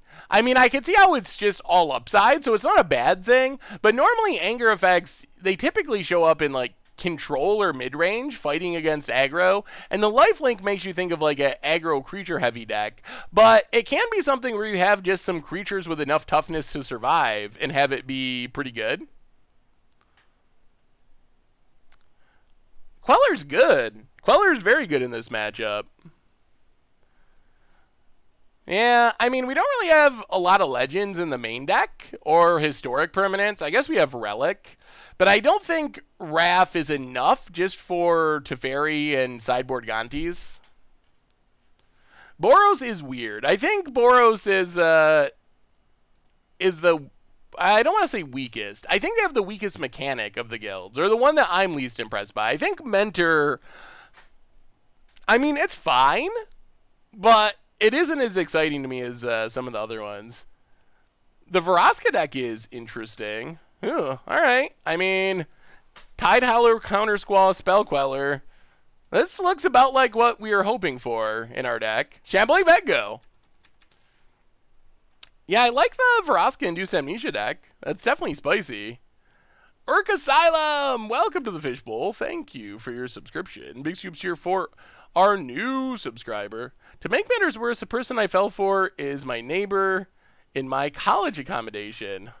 Oh, that sounds like a complicated situation, Alex. Well, just, I don't know. It's a hard thing to, those are just really hard situations. So hopefully, I mean, it'll all work out in the end. Not that that's any great words of wisdom, so, but love is weird, and it is hard, and it takes time. Let's take I guess we should get a duel. Take Watery Grave, untapped. Run out Tide Hallow Sculler. So are any of you going to SCG Syracuse? I know everyone's scattered all around the world, but is there anyone who is actually going to be there? Opponent Ops. Yup. And also, if you're going, do you have an extra deck? Ooh, Illumination Terminus, Negate Timely, Opt. What do we take out of this hand? Timely is annoying. Negate isn't that annoying with this hand. Opt helps our opponent find things. Terminus is scary if they can put it back. Maybe we just take Timely and kind of go aggro. I think we do. Yeah, they don't have big Magic events in upstate New York very often. Yeah, let's take Timely. Pass the turn. I would go if I could drive money and didn't live 2 states over. Yeah, 2 states, that's a long haul. Any thought on Doom Whisperer? Is that the demon? The massive, undercosted, no downside demon? Detention Sphere. Oh, play Flooded Strand. Get in with our Tide Hallow.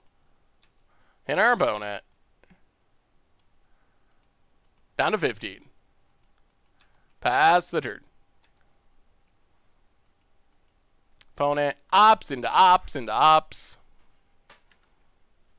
As an extra deck, would you prefer Boggles or Infect? Actually, I'm thinking about trying to put together a deck. I don't know what my odds are of actually getting one there, though.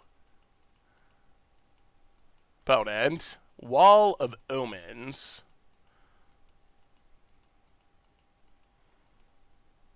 Man, do we just force our advantage? I think we do. Crack Flooded Strand. Grab a Hollowed Fountain. Untapped. Spell Queller. Hit the wall. Untap. Play Marsh Flats. Go attacking. Hit our opponent. We're trying to close. We're the aggro. We're trying to close it out like the aggro. Opponent down to 11. Pass the turn.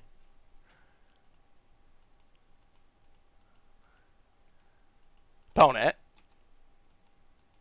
Passing. Well, crack Marsh Flats. Grab a Plains.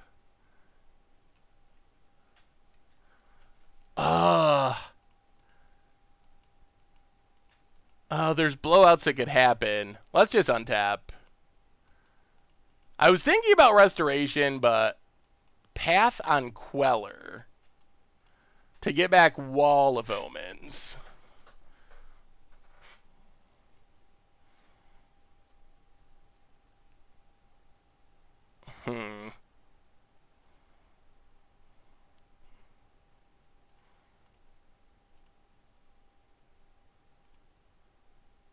How greedy is it to Angel? Let's Angel. Doesn't get negated.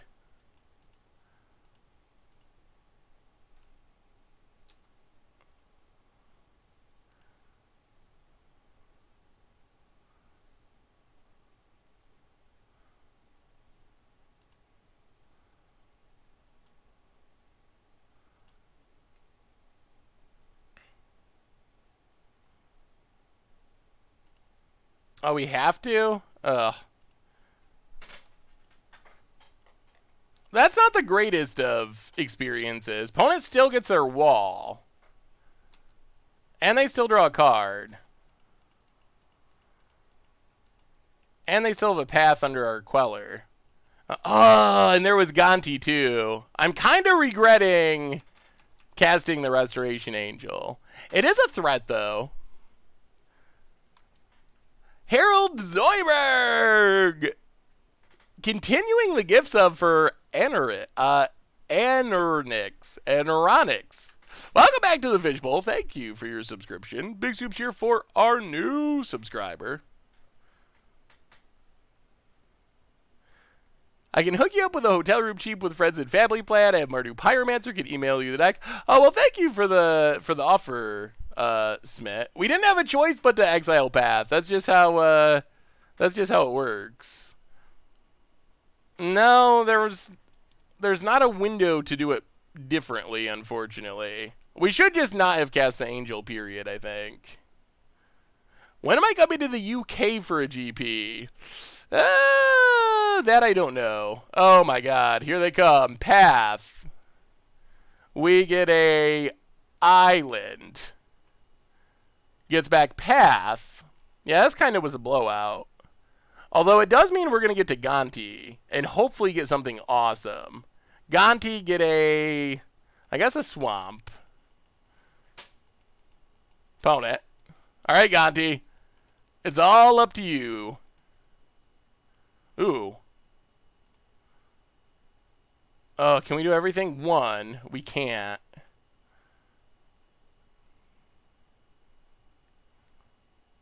Well, let's Thoughtseize.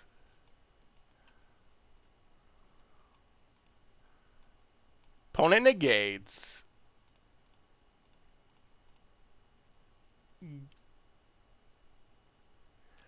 Gonti.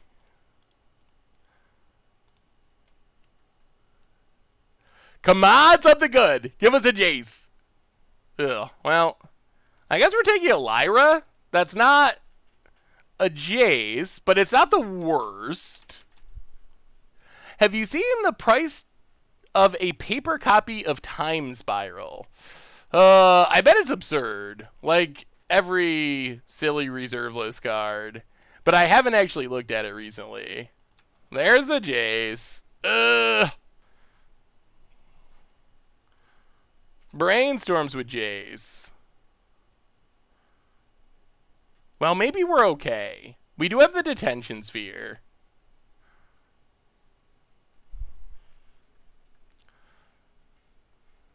What do you think of Force Spike in Modern? Probably just not quite good enough. I don't know. I like Mana Tithe, but a lot of Mana Tithe's value comes from the fact that no one plays around Mana Tithe.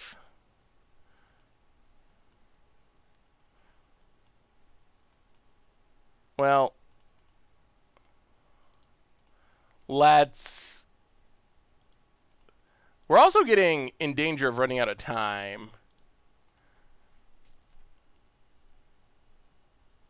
Detention sphere.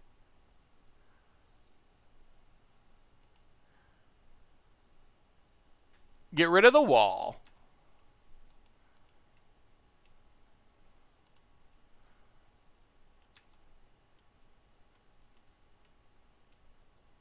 Kill the Jace.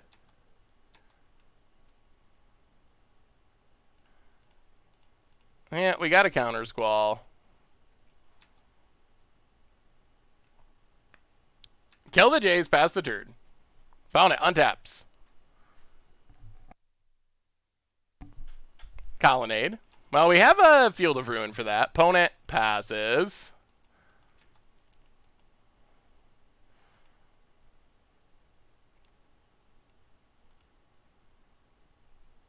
Oh, play Relic.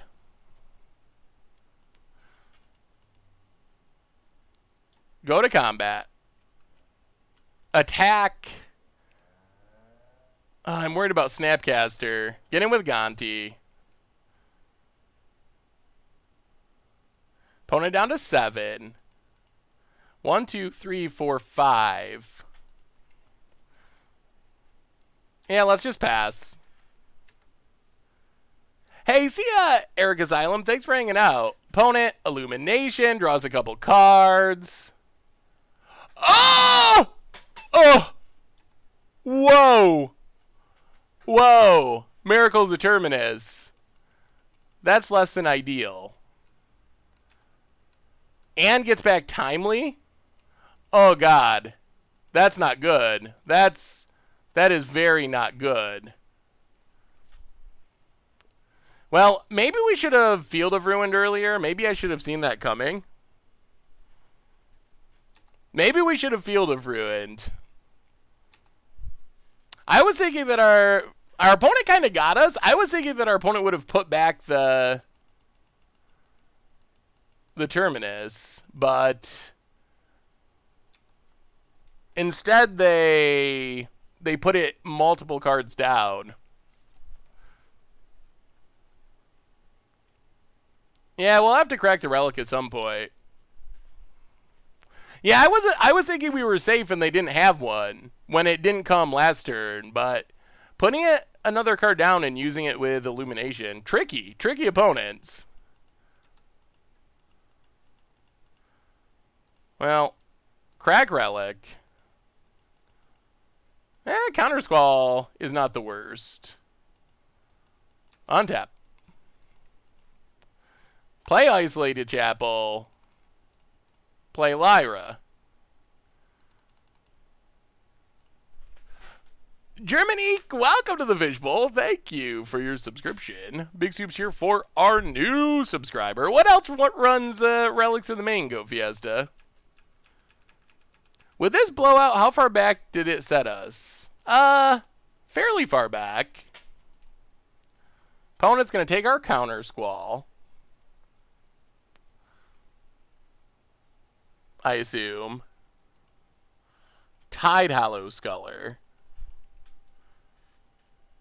Well, thank you, Smith. Oh, no! Oust? You gotta be kidding. Box Logic, welcome to the Fishbowl. Thank you for your subscription. Big Soup's here for our new subscriber. There are Colonnades. Oh, alright, well. Haha! Let's Tide Hallow's Color. See what's in our opponent's hand. Timely 2 Illuminations.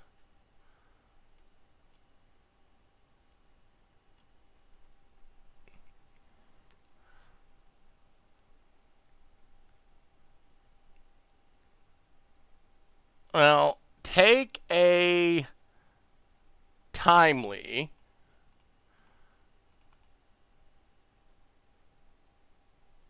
Play Marsh Flats, play Gonti. Opponent can draw back into their Lyra if they want. They do.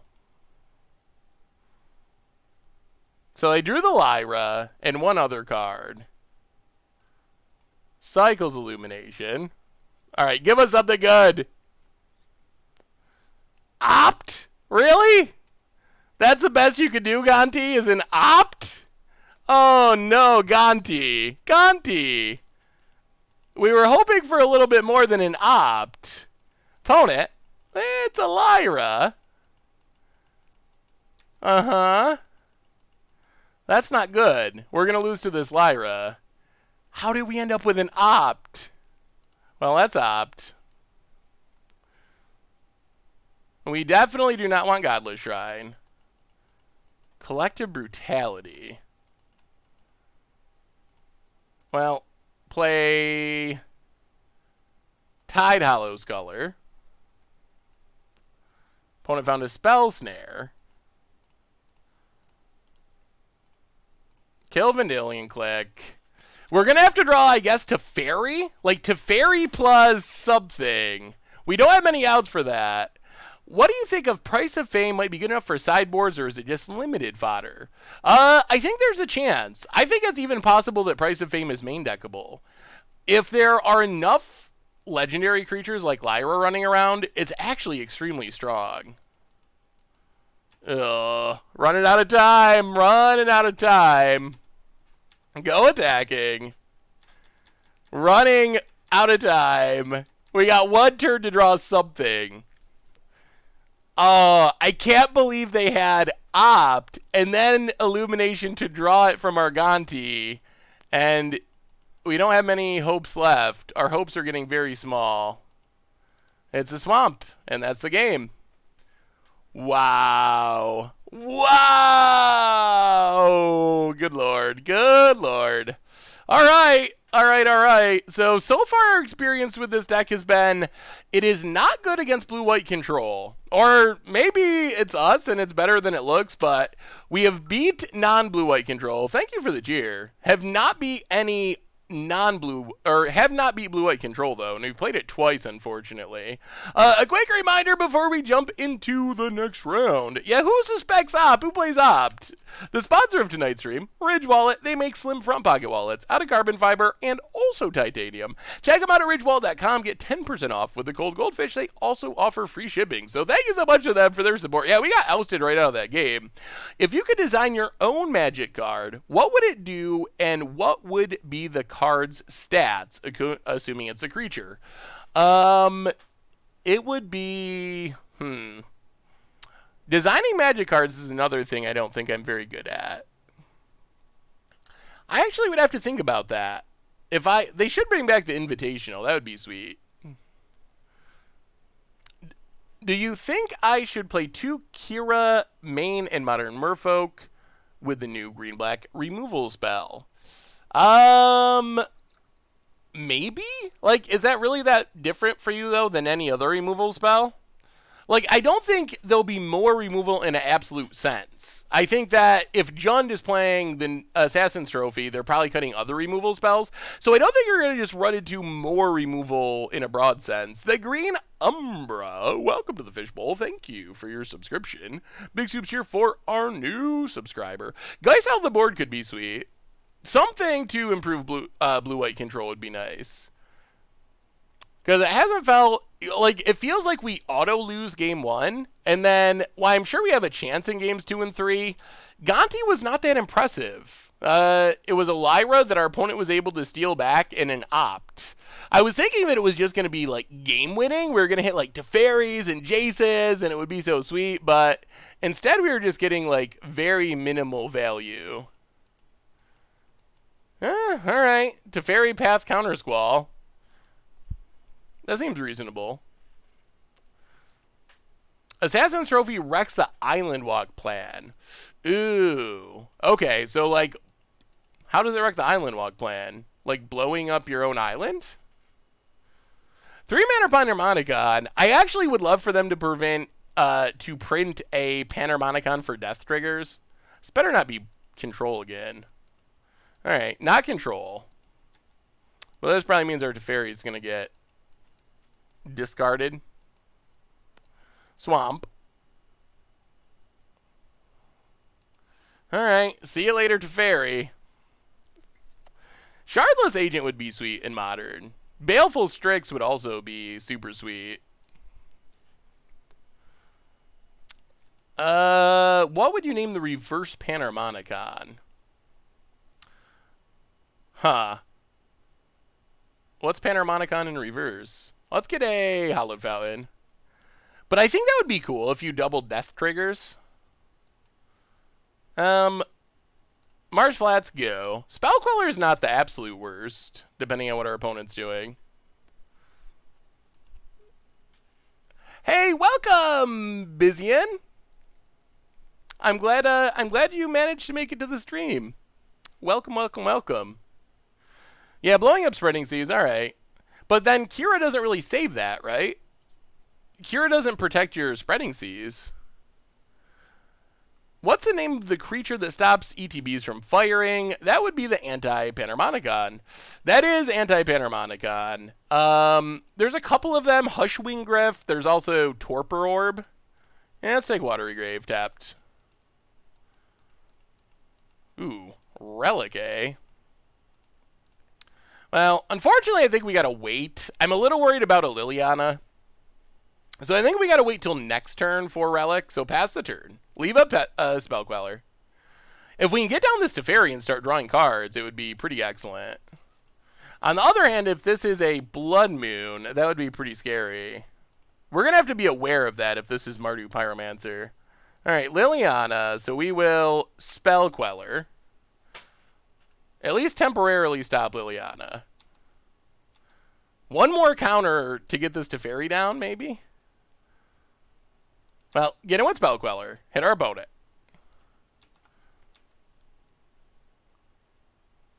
Play Field of Ruin.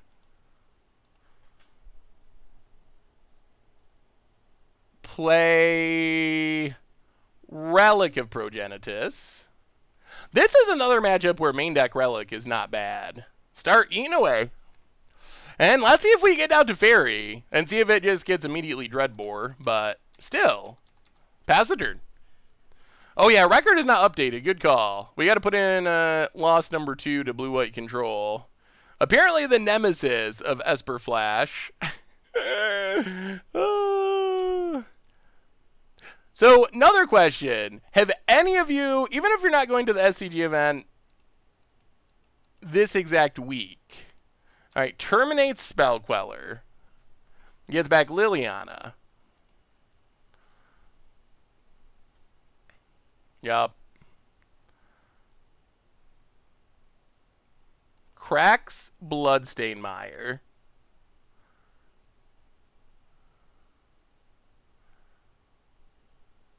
Mountain.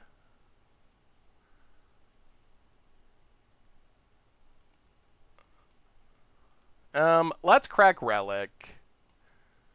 See what we draw. Have any of you been to an SCG Open? This is what I'm trying to figure out. If I go early to the SCG Open, could I go and just buy a deck? Could I buy a deck there and then play it in the event? Like, should the vendors at a SCG Open have enough cards that I can do that?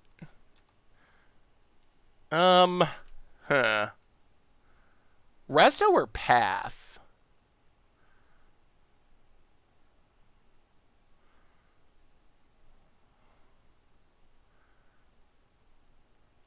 Uh, oh, this is a tough decision. Most likely, yes. I'd be surprised if you couldn't. Vendors will have cards, but there'll be a huge markup. Ugh, I don't like the sounds of that. Well, mismatch is fine. Path is better at defending Teferi. So what I'm worried about is our opponent, they cracked for a land. I'm afraid they're going to play Young Pyromancer. Maybe that's fine. I guess it still doesn't just kill Teferi. All right, we'll discard Path. Opponent discards Lingering Souls. That's also obnoxious.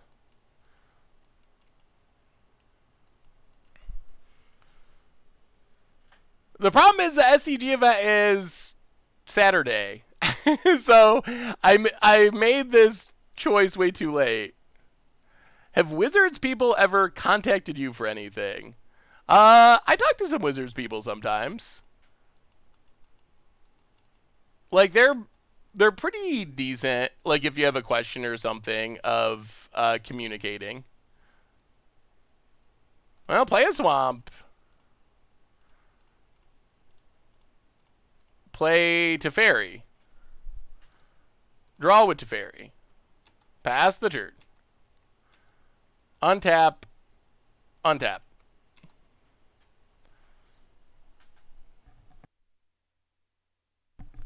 Do they have the Dreadbore? Liliana ultimating is a little bit scary.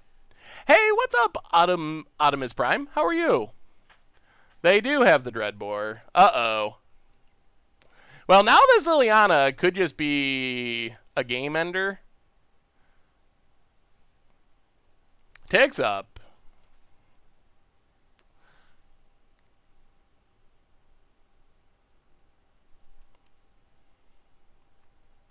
Unfortunately, Resto only flickers creatures we control. So we can't actually flicker Liliana.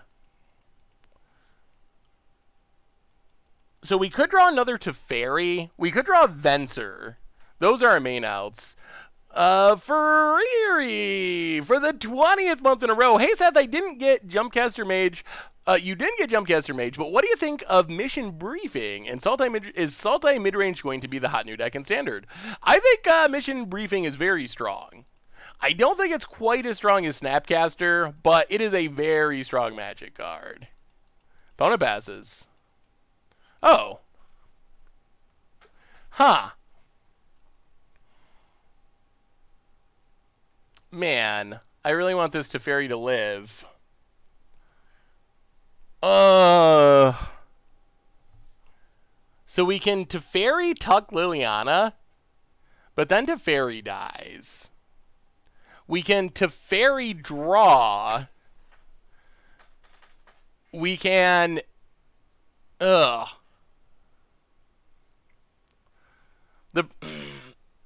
problem is if we tick up, Spirits plus Lightning Bolt or Dreadbore kill Teferi, and then we get hit by Liliana Ultimate. That's so greedy.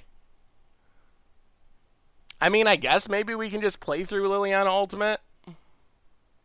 Yeah, I was thinking of that. The only downside of Resto is we have to not play Colonnade and discard Colonnade. Because Resto could sneak in at Liliana.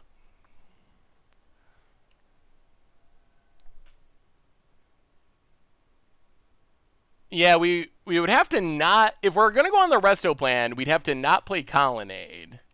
Discard Colonnade, flash in Resto, try to attack Liliana.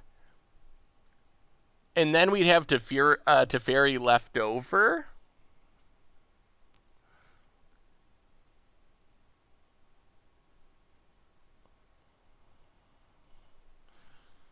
And then all this gets wrecked by discard if our opponent has it. That's the other issue.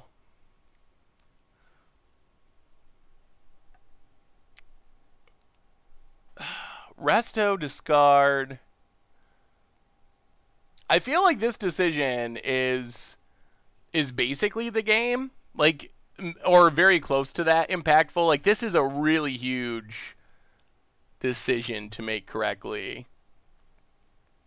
2 cards in hand. They haven't used a Bolt yet. They discarded Reveler last turn, which might mean they have another Reveler in hand.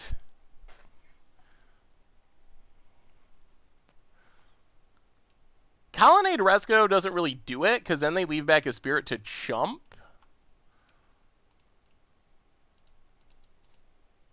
Yeah, we're going to pass. We're going to pass in Resto. This line is a little weak to discard, but I think this is our best hope of dealing with Liliana. And maybe keeping Teferi.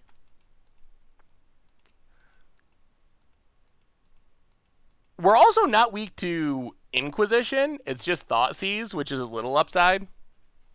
Hey, what's up, Diller? Check out my Varana Lich Queen Commander deck I made. Ooh, where's the link? All right, Young Pyromancer. Opponent. Gets in with the spirits.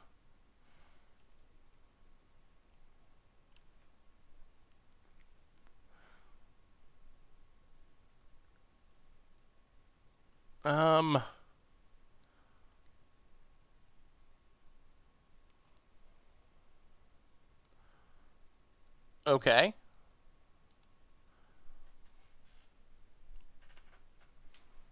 Down to 14. Ticks up.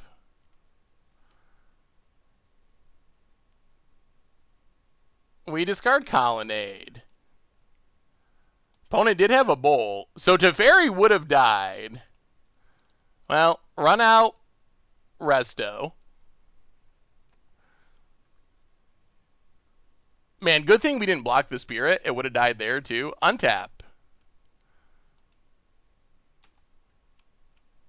Attack Liliana.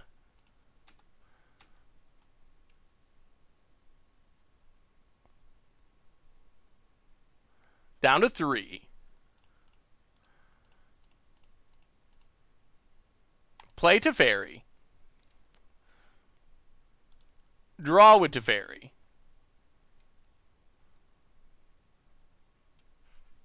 Sculler, eh?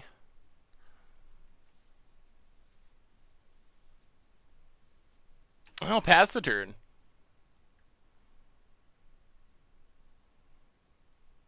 Jeez, opponent's got all the bolts. All the bolts. Yep. Well, Teferi's going to die. Opponent had bolt. Well, our line worked as well as we could hope. I mean, if we play a land, then we lose our creature to Liliana uptick, potentially. We're still not in very good shape here. Opponent takes down Liliana.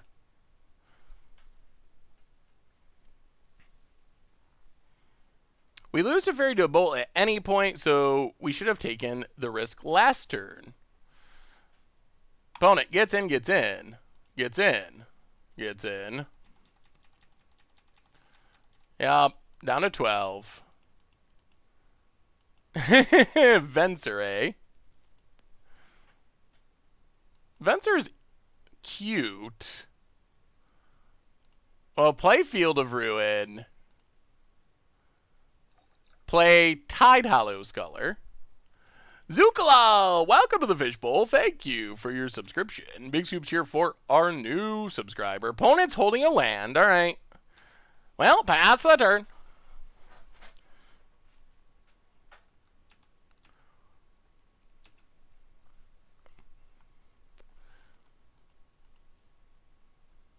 We're out of Teferis. Lightning bolts. Okay. Tide Hollow down. Well, we probably can get rid of this Liliana. Plays a land. Ha ha! Opponent's activated our trap card. Venser. bounce your Liliana. I mean, we're still in trouble to just a million spirits. We're going to have to draw ways of, like, Restoration Angel would be pretty good. Settle would be oddly good here. Liliana down. Opponent had Voltron. Phone it. Gets in with the Flyers. Come on, deck. Give us some creatures. Give us some action.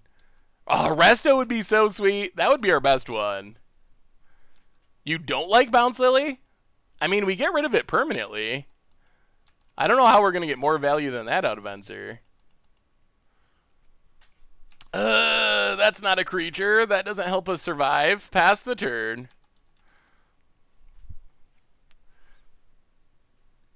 I mean, opponent had to discard the Liliana to Liliana's own ability, so we actually got rid of it forever.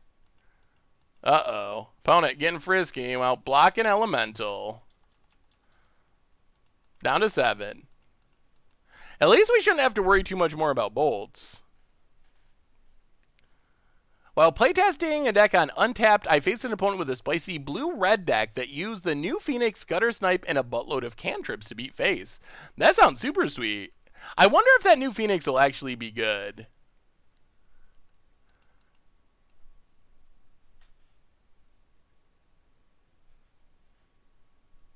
Field of Ruin twice this turn. I guess we might as well. Oh, God. Oh, God. Well, settle? Anyone? One time? One time settle? I wish we had... Why is our deck not playing Lingering Souls? This deck definitely could play Lingering Souls. We also don't have Engineered Explosives or Ratchet Bombs. I don't know. I don't know.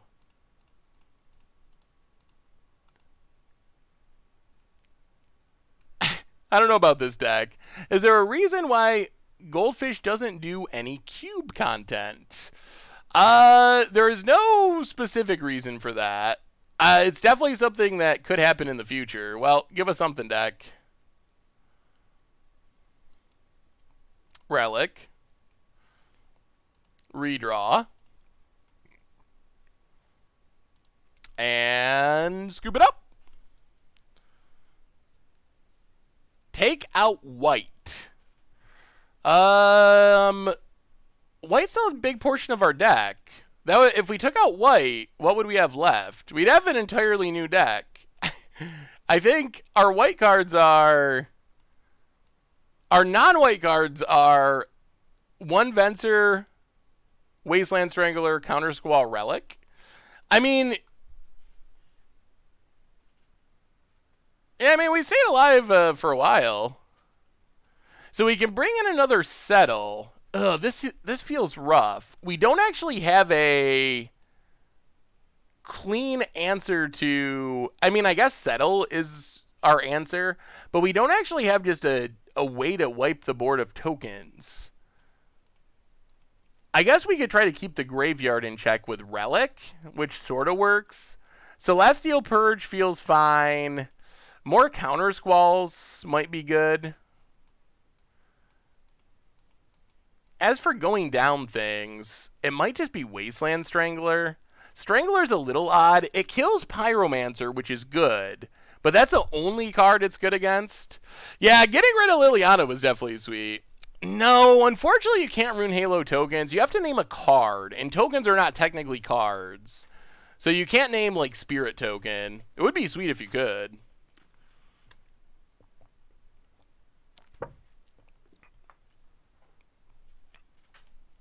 Yeah, I mean, Wasteland Strangler is kind of to, like, reset Tide Hollows and Spell Quellers.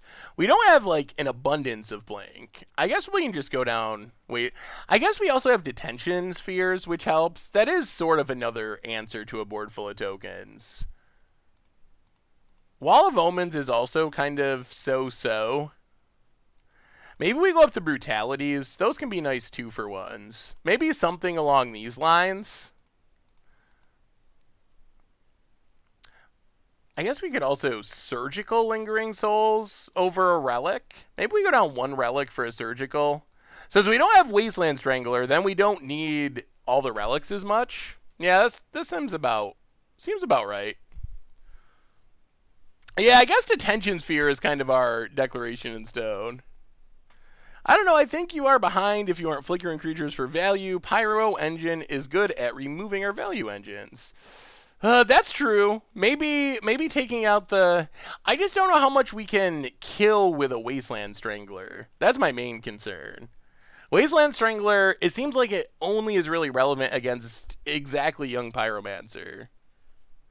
Alright, play an island. Relic. Turn 1 Relic's nice. The deck does want cards in its graveyard, so Relic is pretty relevant.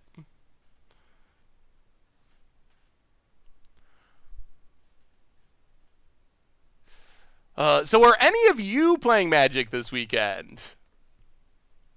And if so, what are you playing? What format, what deck? Is anyone still playing Standard now, or is everyone just waiting? I know I'm like mostly waiting for Guilds of Ravnica to play Standard, so mostly playing Modern. Although we do have a Standard budget Magic this coming week because, I mean, Panharmonicon week. There are exceptions. There are exceptions to the rules, and Panharmonicon week is one of the exceptions to the rules. Blackleaf Glyphs and Thoughtseize. Yep. Opponent can take our something.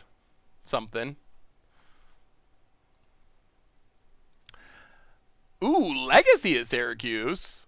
Well, you'll have to, if you're going to Syracuse, find me. It would be fun to meet up. Store Championships on Sunday playing Blue-Black Control. Sweet. Yeah, maybe the Gonti plan is not the wisest of plans. Hallowed Fountain, go. I guess our opponent's just planning on playing a Young Pyromancer here and going to town. Playing Standard tomorrow with Green-Black Journey to Eternity. That's a good way to handle rotation, is just play really spicy fun decks. There's a Pyromancer that we cannot path. Oh. Alright.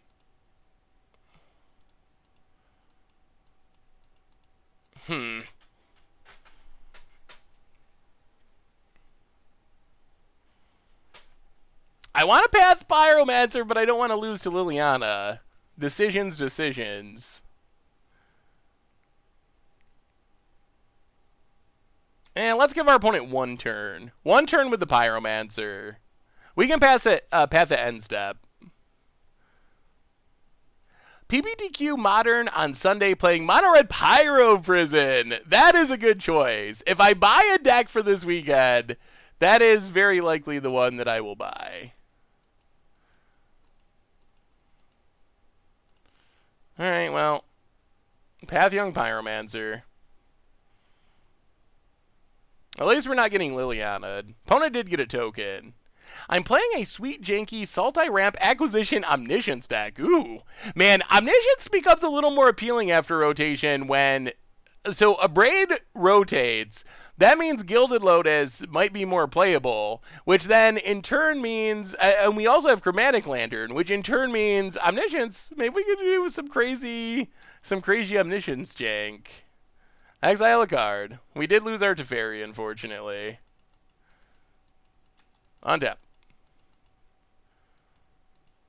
Play the island, pass the turn.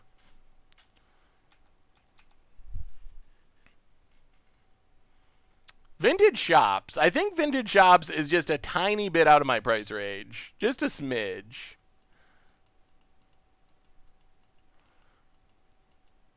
Lingering Souls.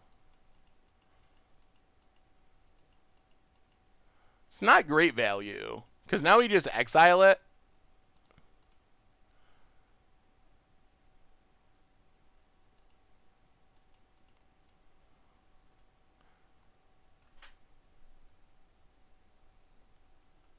Yeah.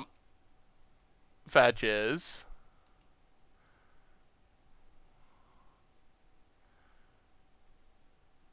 Swamp.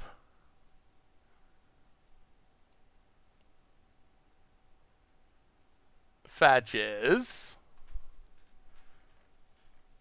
Seth, is there any chance you would play Momir Basic with me after your league?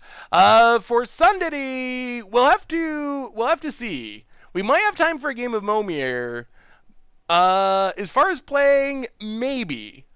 We have a Momir list, but that doesn't always matter. So there's a chance that that'll work out. But we'll see when the league ends. We have this match and one more match, so we'll see what time it is. But maybe we'll be able to sneak in a game of Momir on the way out the door. But remind me, I am down for that if we have time. I was wondering, how do you get on the Momir list to play on the stream? Is Jay Zoller here? Sometimes when you say his name 3 times, he appears. For some, maybe Verimit knows. Someone should know. There's a command that puts you on it, but I never remember. But the mods usually remember.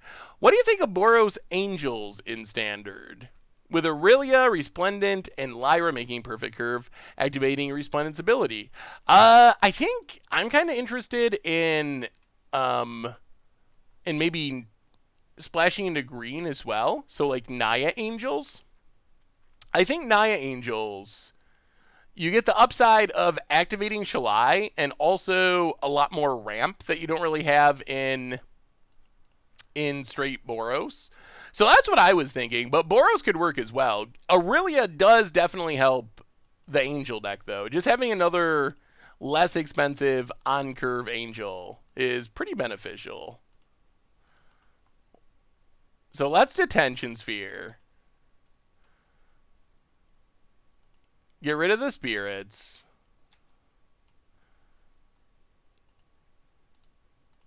Exile a card. Play Colonnade. Pass the turn. I mean, we're staying alive. I don't know if we're favored. I feel like this deck is...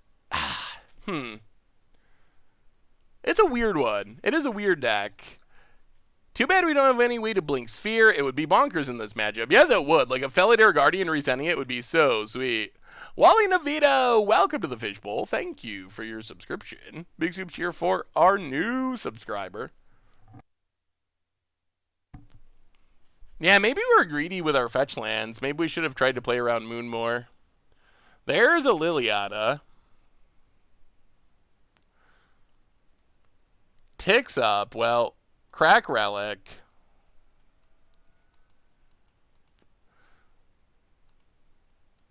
One, two. I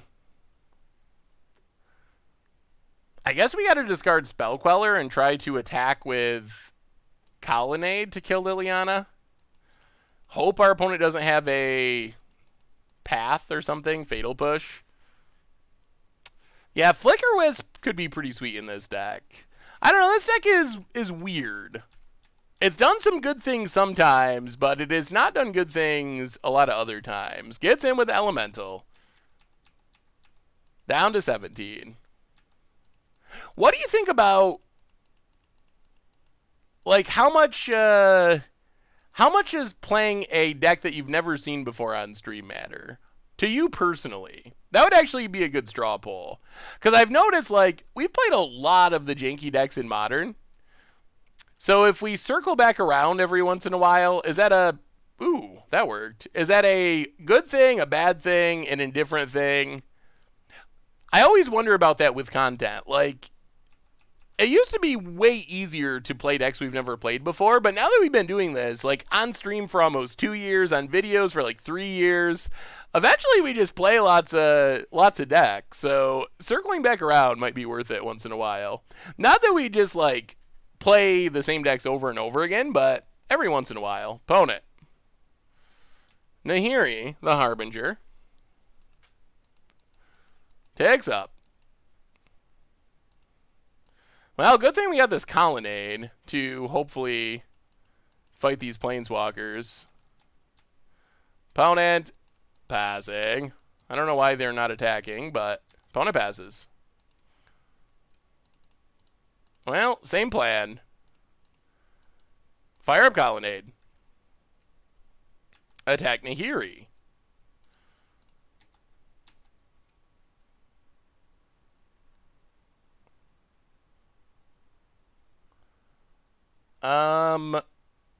Pass the turn. How do you what do you think of the awful Lightning Helix we got?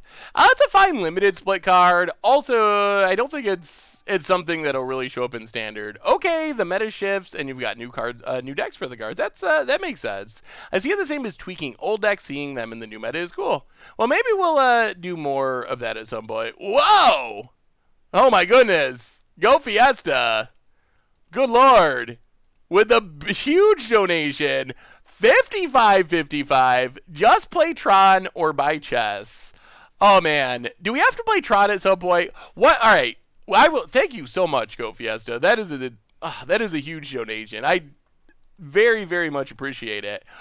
What would you think of a Tron stream? Should we do a Tron stream? Go Fiesta has requested a Tron stream.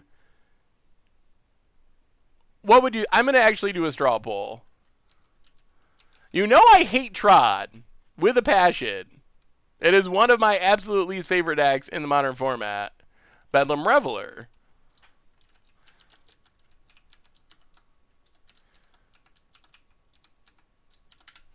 Alright. I'm going to put a poll in and see what the people think, Goat Fiesta. Thank you again for the donation. That's amazing.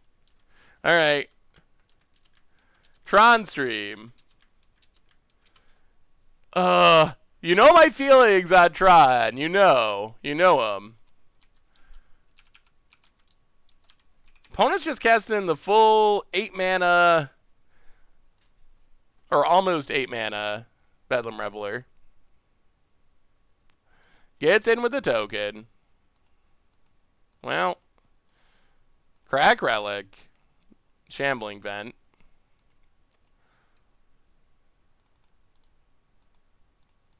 How do we beat a Bedlam Reveler? How do we beat anything?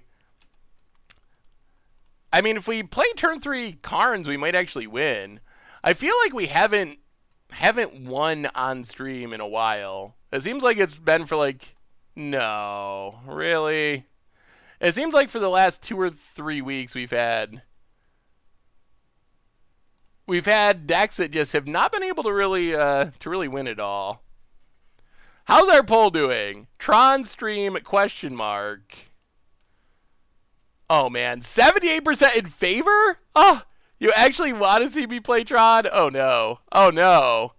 I was not expecting the answer to be yes. Well, Go Fiesta, it looks like maybe you will get your wish. Maybe we will actually do a Tron stream. All right, Brutality doesn't do a ton. We still have to answer this Bedlam Reveler somehow. Also, did you hear that, Liliana, did you hear that there will be no basic lands in Guilds of Ravnica? No basic lands in Guilds of Ravnica. A Panharmonicron could be sweet. Pound it. Getting in for $1 billion. Yep. Hits us.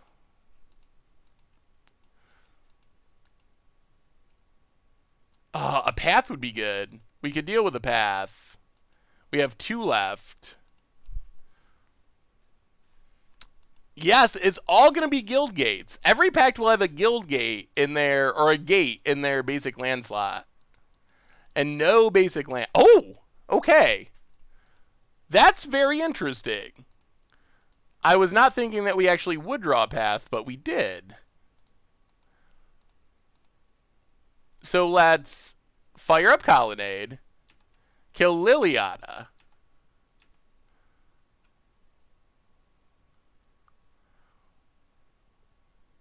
Watery Grave. Untap down to 7. Tide Hollow Sculler. Just a land. And, alright. Pass the turn. We got a chance! We got a chance! We got a chance! Panharmonicron could be fun. Mono Red Stuffy Daltron could also be fun. Phone it. Attacks.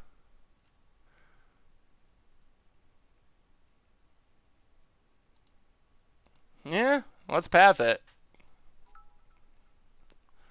Get it out of here. Thank you so much for the Cheerlord sale. Alright. I mean, the people have spoken. I will add add a Tron deck to our streaming list, and we will actually do it. Recycle Toad, welcome to the Fishbowl. Thank you for your subscription. Thank you for all the amazing content. Don't do bad Tron content. And Opposed scoops it up. All right, we're staying alive. We're staying alive. We got to win. We got to win against Bardu Pyromancer. The path off the top. It's a skill game. It's a skill game. Actually, Gonti could be good in this matchup. Gonti, man, this is a grindy matchup.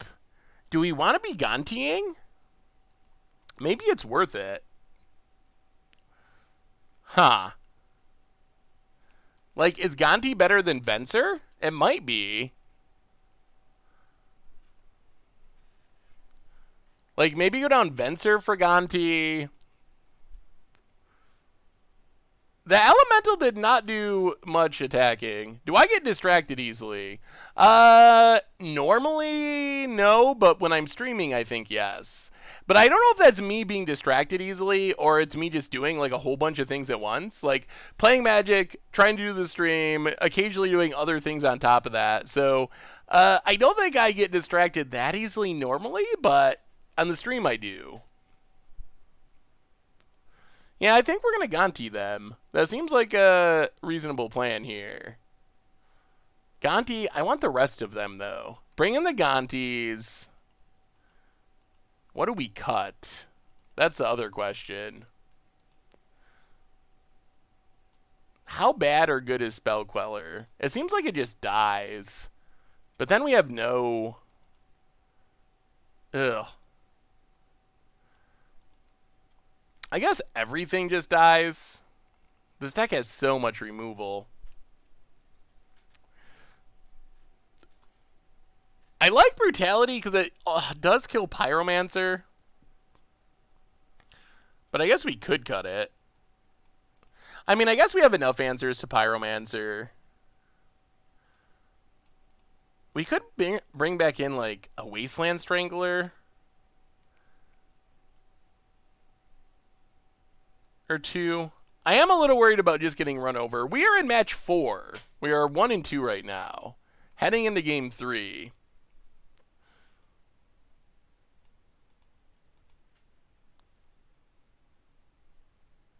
Yeah, let's go down 1 Resto, 1 Queller. Yeah, let's try this random mismatch of things. Queller gets better if we're bringing in Wasteland Stranglers again. Trading Post-Tron was a fun one. Ugh.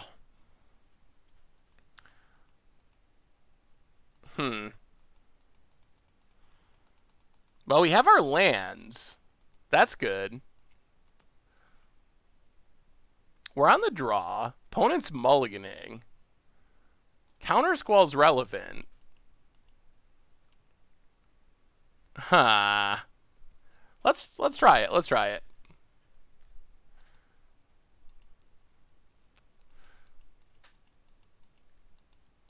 Opponent. Black Clave Clefs. We just got to draw Gontis to go with these lands. Agents Taco, welcome to the Fishbowl. Thank you for your subscription. Big scoops here for our new subscriber. All right, well, our opponent knows that we have a lot of lands in hand. Thankfully, our opponent does not have many cards in hand. That's only good news. Opponent's only got 4 cards after their mulligan and discard spell. Trading Post-Tron, if we play Tron, maybe we'll try to play a version of Trading Post-Tron, because that deck was sweet. Not a land. The Detention Sphere is fine. Marsh Flats, go. Opponent. Faithless Looting. Oh, give us a Relic! Give us a Relic! Relic would be sweet. Yeah, we're going to try to play around Blood Moon as much as possible. 2... Kemble's discarded. And no land?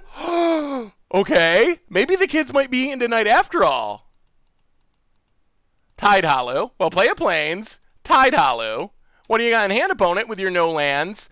Fatal Push, Kolaghan's Command, Young Pyromancer. Well, take Fatal Push. No lands. No lands. No lands for the rest of the game. Kuntz, welcome to the fishbowl. Thank you. Hey, Nick Bell. How are you doing tonight? Inquisition. All right. That's not a land. Thank you for your subscription. Big Soup's here for our new subscriber. Yeah, I'm sure we could upgrade it. Takes our creature. Oh, come on. Something good. Something big. Path. Well, get in with Tide Hollow Scholar. Hit our opponent.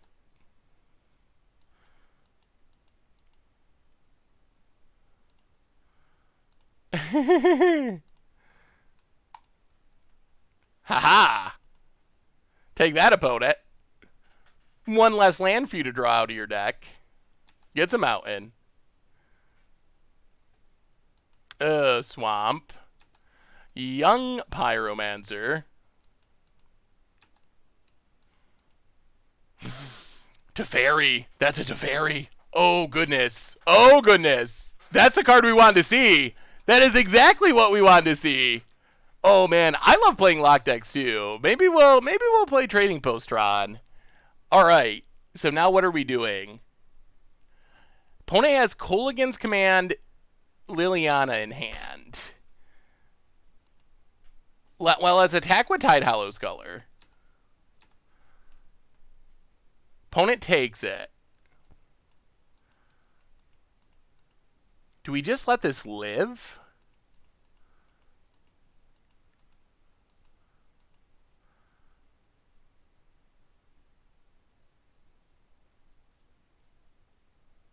Play Watery D-Sphere it? But then it opens them up to playing Liliana. Maybe that doesn't matter.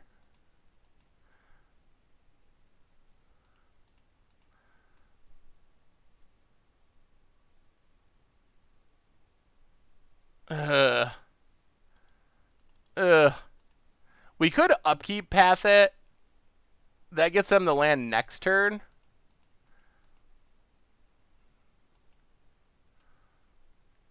Yeah, let's do that. Let's upkeep.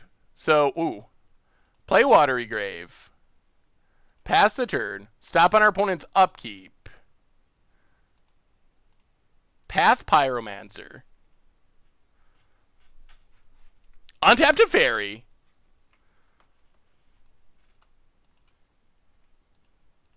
We know they don't have an answer in hand. We know they're 2 cards. All right, what'd you draw, opponent? Please not a Thoughtseize.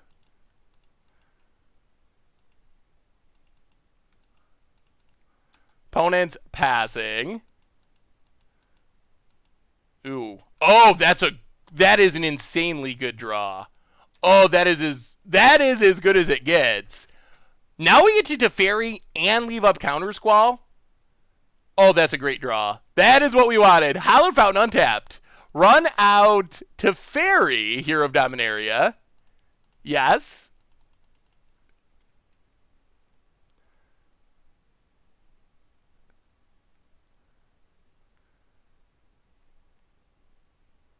Uh-huh. Is it game? Is opponent scooping it up?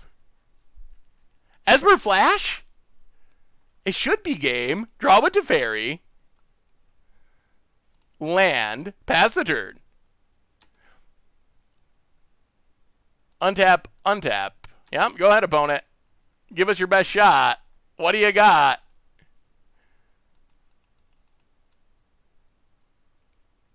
Opponent kept a risky hand. Got a little unlucky with the Faithless Looting. Faithless Looting, sure. You could do that. Teferi is pretty busted. What is Tomer's email? I would like him to look at a commander deck I'm building. I believe it is Budget Commander at mtggoldfish.com. You could also try Tomer at mtggoldfish.com. Tanos, how are you this fair evening? We're having fun this game. Liliana. Okay, sure. You can Liliana. That's fine. We have Detention Sphere. Opponent's last card is Kolaghan's Command. Kills our Tide Hollow. Gets back a Fatal Push. Yup. Well, let's draw it to Teferi. Settle. Ugh. Well, Detention Sphere. Get rid of Liliana. Yup. Shambling Vet. Pass the turn. Untap, untap. Counter Squall still in hand. Opponent has 2 pretty useless cards.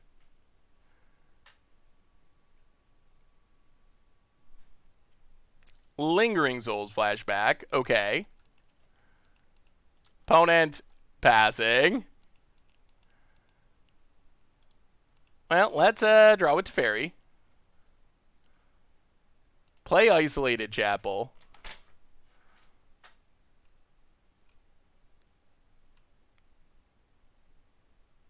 Pass the turn. Untap 2 lands. And I think we're good. I think we're just good. I think we got there. Opponent. This has been a very fun interactive matchup. That's part of the reason I wanted to play this deck, is it felt like it would be a fun interactive kind of deck.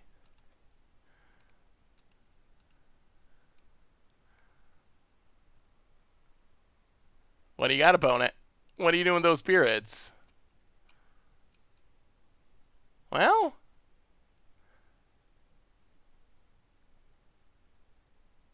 yeah, I guess that's fine, sure. Hits Teferi for 2. Teferi is very good. I don't think it's going to get banned in Modern. Run out of Spell Queller. Untap.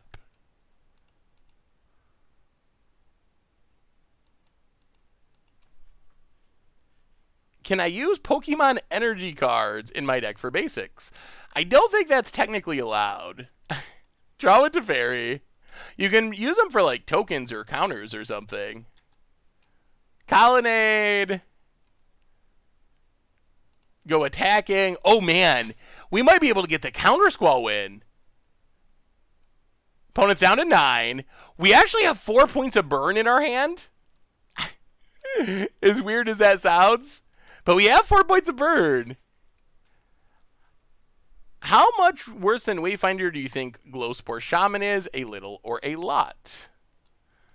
2 damage, get back Kemble. Well, let's Counter Squall.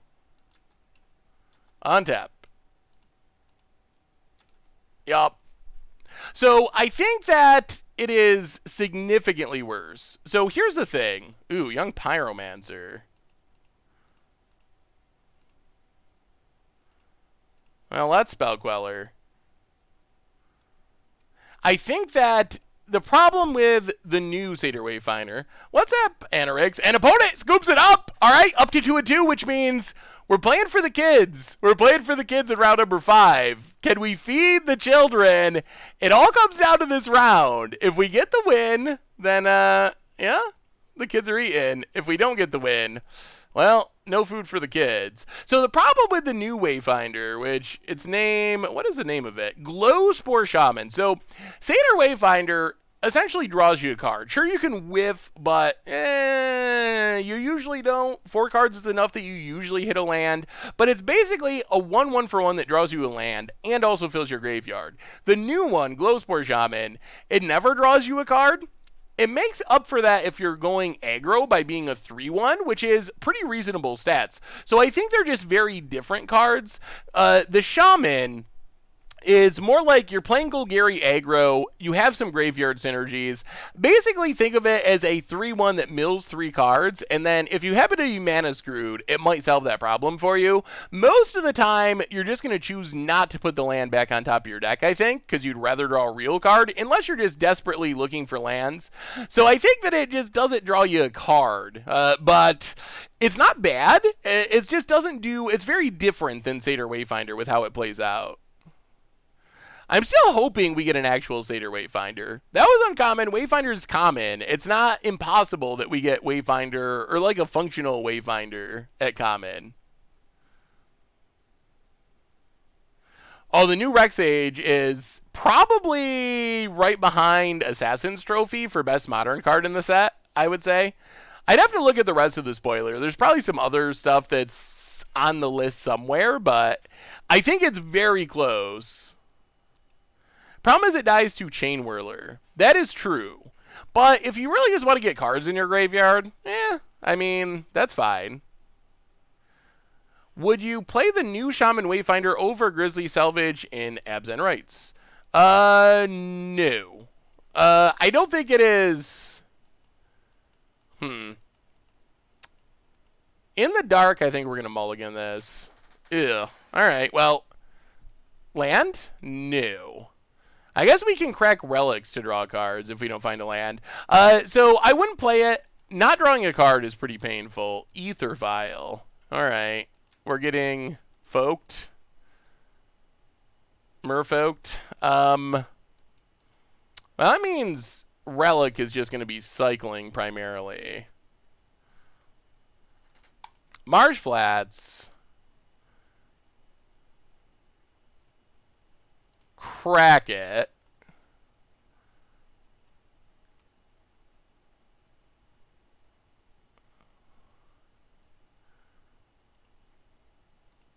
Plains and Relic. Pass the turn. So the new Vraska, I think has potential to be powerful. I think you want to be built around her. Wow, opponent's getting frisky. I think you want to be built around her plus ability at least a little bit. Maybe this is Spirits. Well, another path is good. Flooded Strand, crack Flooded Strand. Get a Watery Grave. Untapped. And Tide Hollow Sculler.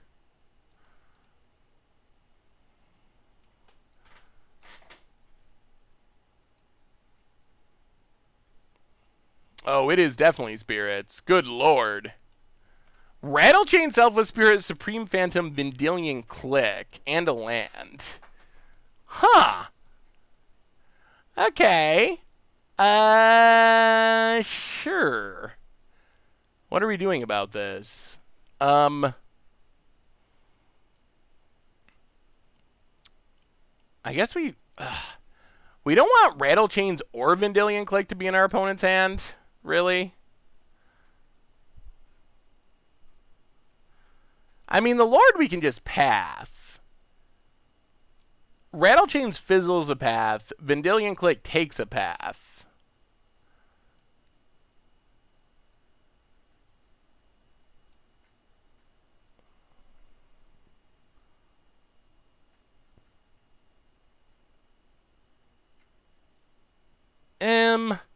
Let's take Rattlechains.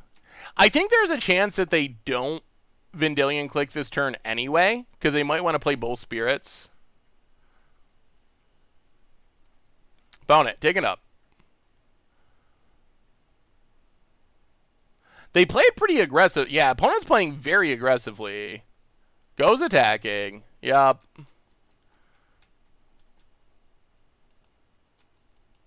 Wow. Does not even violin. Plays a land. We would like to draw a land. Detention Sphere. Well, Tide Hollow Sculler.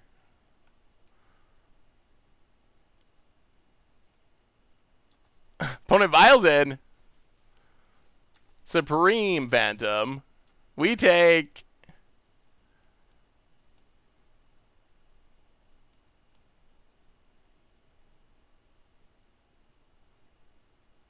Vendilion Click. All right. Can our removal get through this? Only having 2 lands is painful. Opponent's playing this very strangely aggressively with these Mutavaults, or with this Mutavault. Opponent, yeah, draws a card. 2 Selfless Spirits, 1 unknown. Fires on Mutavault. Opponent's just aggroing. Gets in. Well, we take it. Getting low on life. Down to 8. Island. There's a Selfless Spirit. Opponent passes. Oh, we draw a tap land. Well, crack Relic of Progenitus.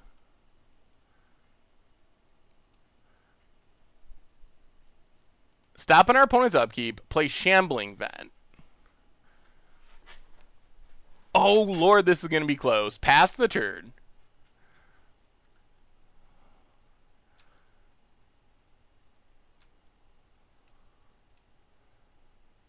Opponent. Vials and Selfless Spirit. So we're going to be dropping to 2? Well, pass Supreme Phantom. I just don't know if we're going to be able to deploy all of our threats. Does Esper Flash need Ether Vial? Ether Vial could be interesting. Opponent. Mausoleum Wanderer. That's actually pretty bad for us. Fires up Mutavault. Attacks, attacks, attacks.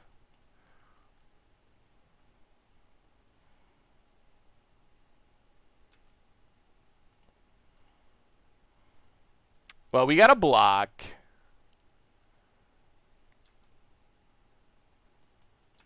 Trade. Opponent gets back Rattle Chains. Down to 4. Oh, Resta would be great if we could get to it. What do you think about brewing 4-color gifts with Assassin's Trophy? Ooh, that sounds pretty spicy. We have a new donation? New donation? Tanos with the $75 donation. I lied on Tuesday. We're too close to RTRTR to let Nexus Dream die. Same as usual, 25 for you, 50 for the chest hunt. Your choice on rerolls. Well, Tanos, it's never gonna happen. But thank you so much. Well, so I guess we're opening some treasure chests after this match to round things out. Day and Wildfire for the 6th month in a row. Welcome to the Fishbowl. Thank you for your subscription. Big soups here for our new subscriber. Well, thank you, Tanos. Definitely appreciate it. Okay, so we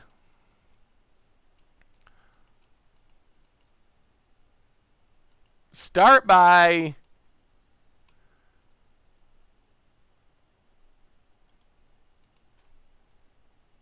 attacking.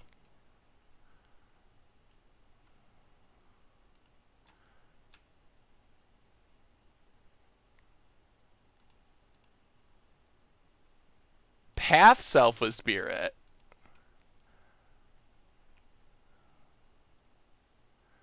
Opponent gets a land.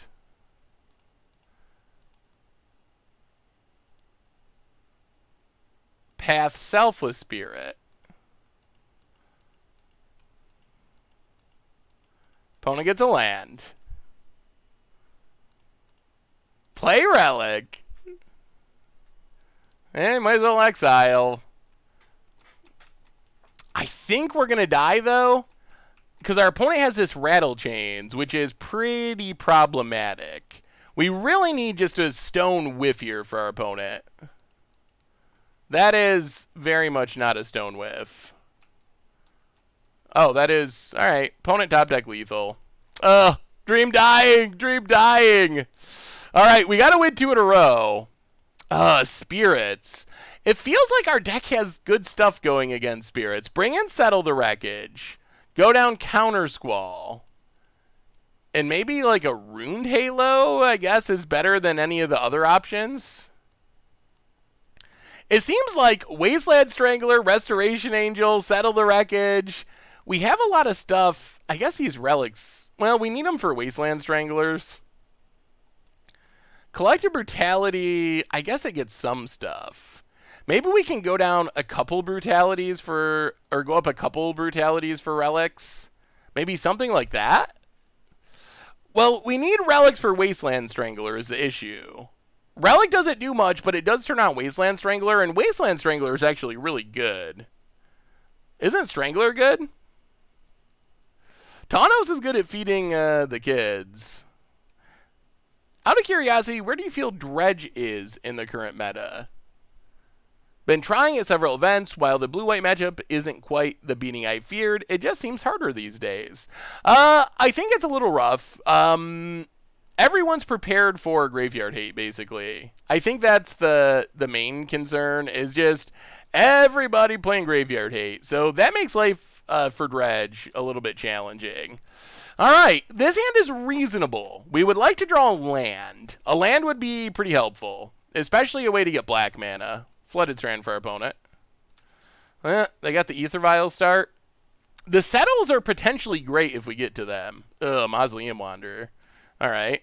Come on, land. All right, Marsh Flats. Crack Marsh Flats. Grab a Swamp. Collective Brutality. Kill Mausoleum Wanderer.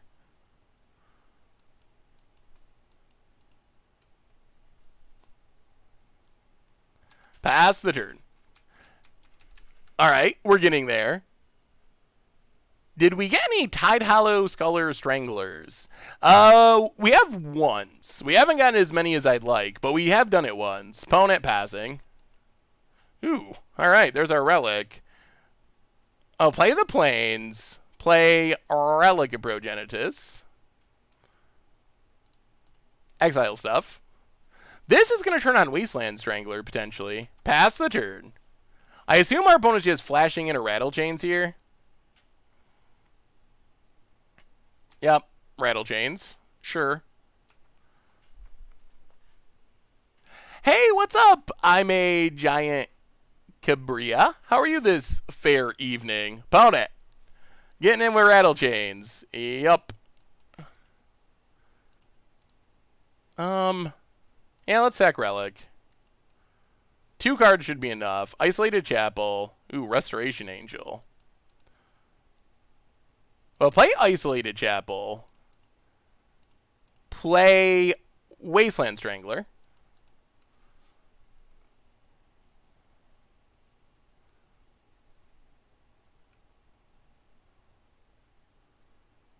Do you have tricks, opponent?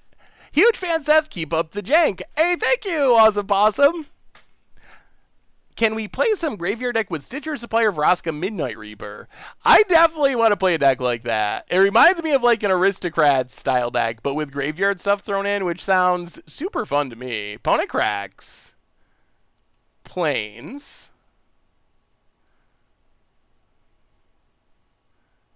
Whoa. Drog Skull Captain. Okay. Ouch. Opponent passes. Ugh. Ugh. Ugh. Man, Rattle Chains is busted. Phantasmal Image on Drog Skull Captain. Not looking too good. Opponent gets in. Well, let's see if they got counters. If they got counters, we're just straight up dead to what I would call the Spirit Nuts. Also, Mausoleum Wanderer just ruins it. Opponent. Explosives on 2. Odd. Well, play an island. You are awesome. I have watched every Commander Clash. Thank you so much, Tarmogoyf. I appreciate the kind words and watching of Commander Clash. Well, all right. Can we get them? Do they have a counter? Do they have a Mausoleum Wanderer? Opponent. I mean, this is it. Attacks, attacks, attacks. Settle you? And they got it. And that's the Spirit Nuts. And that is the game. And the kids are not eating tonight. Man, those were some insane Spirit draws. Well, what did we learn about our deck tonight? And it's interactive, and it did some fun things. We lost to Control twice. We lost to the Spirit deck, and we beat the red-black decks, the graveyard-based decks. Mardu Pyromancer, Hollow One. So, I don't know. I feel like the deck is kind of semi-competitive. It's got some cool tricks and synergies. The overall power level is kind of not super, super high. We're kind of left with a bunch of small things to try to close out the game. So, I don't really know where this fits. So, I mean, I guess it was interesting-ish. It is, if you're going to play a fair deck, I think you want to go very fair. This deck falls kind of like in the weird middle. There's lots of unfair decks, and then we see the hardcore full-on control decks having success, but maybe this deck is a little bit too fair, but not controlling enough to beat the unfair decks, so it finds itself in this weird middle ground, but I don't know. It plays a lot of cool cards. There's some cool tricks and synergies, so I'm glad we tried it. It wasn't insane, but good news is thanks to Tawnos and his generous donation, and also Goat Fiesta, we're going to wrap up tonight with some treasure chest openings, which means, oh man, it means I got to buy more tickets. I guess I just need to buy a ton of tickets at some point.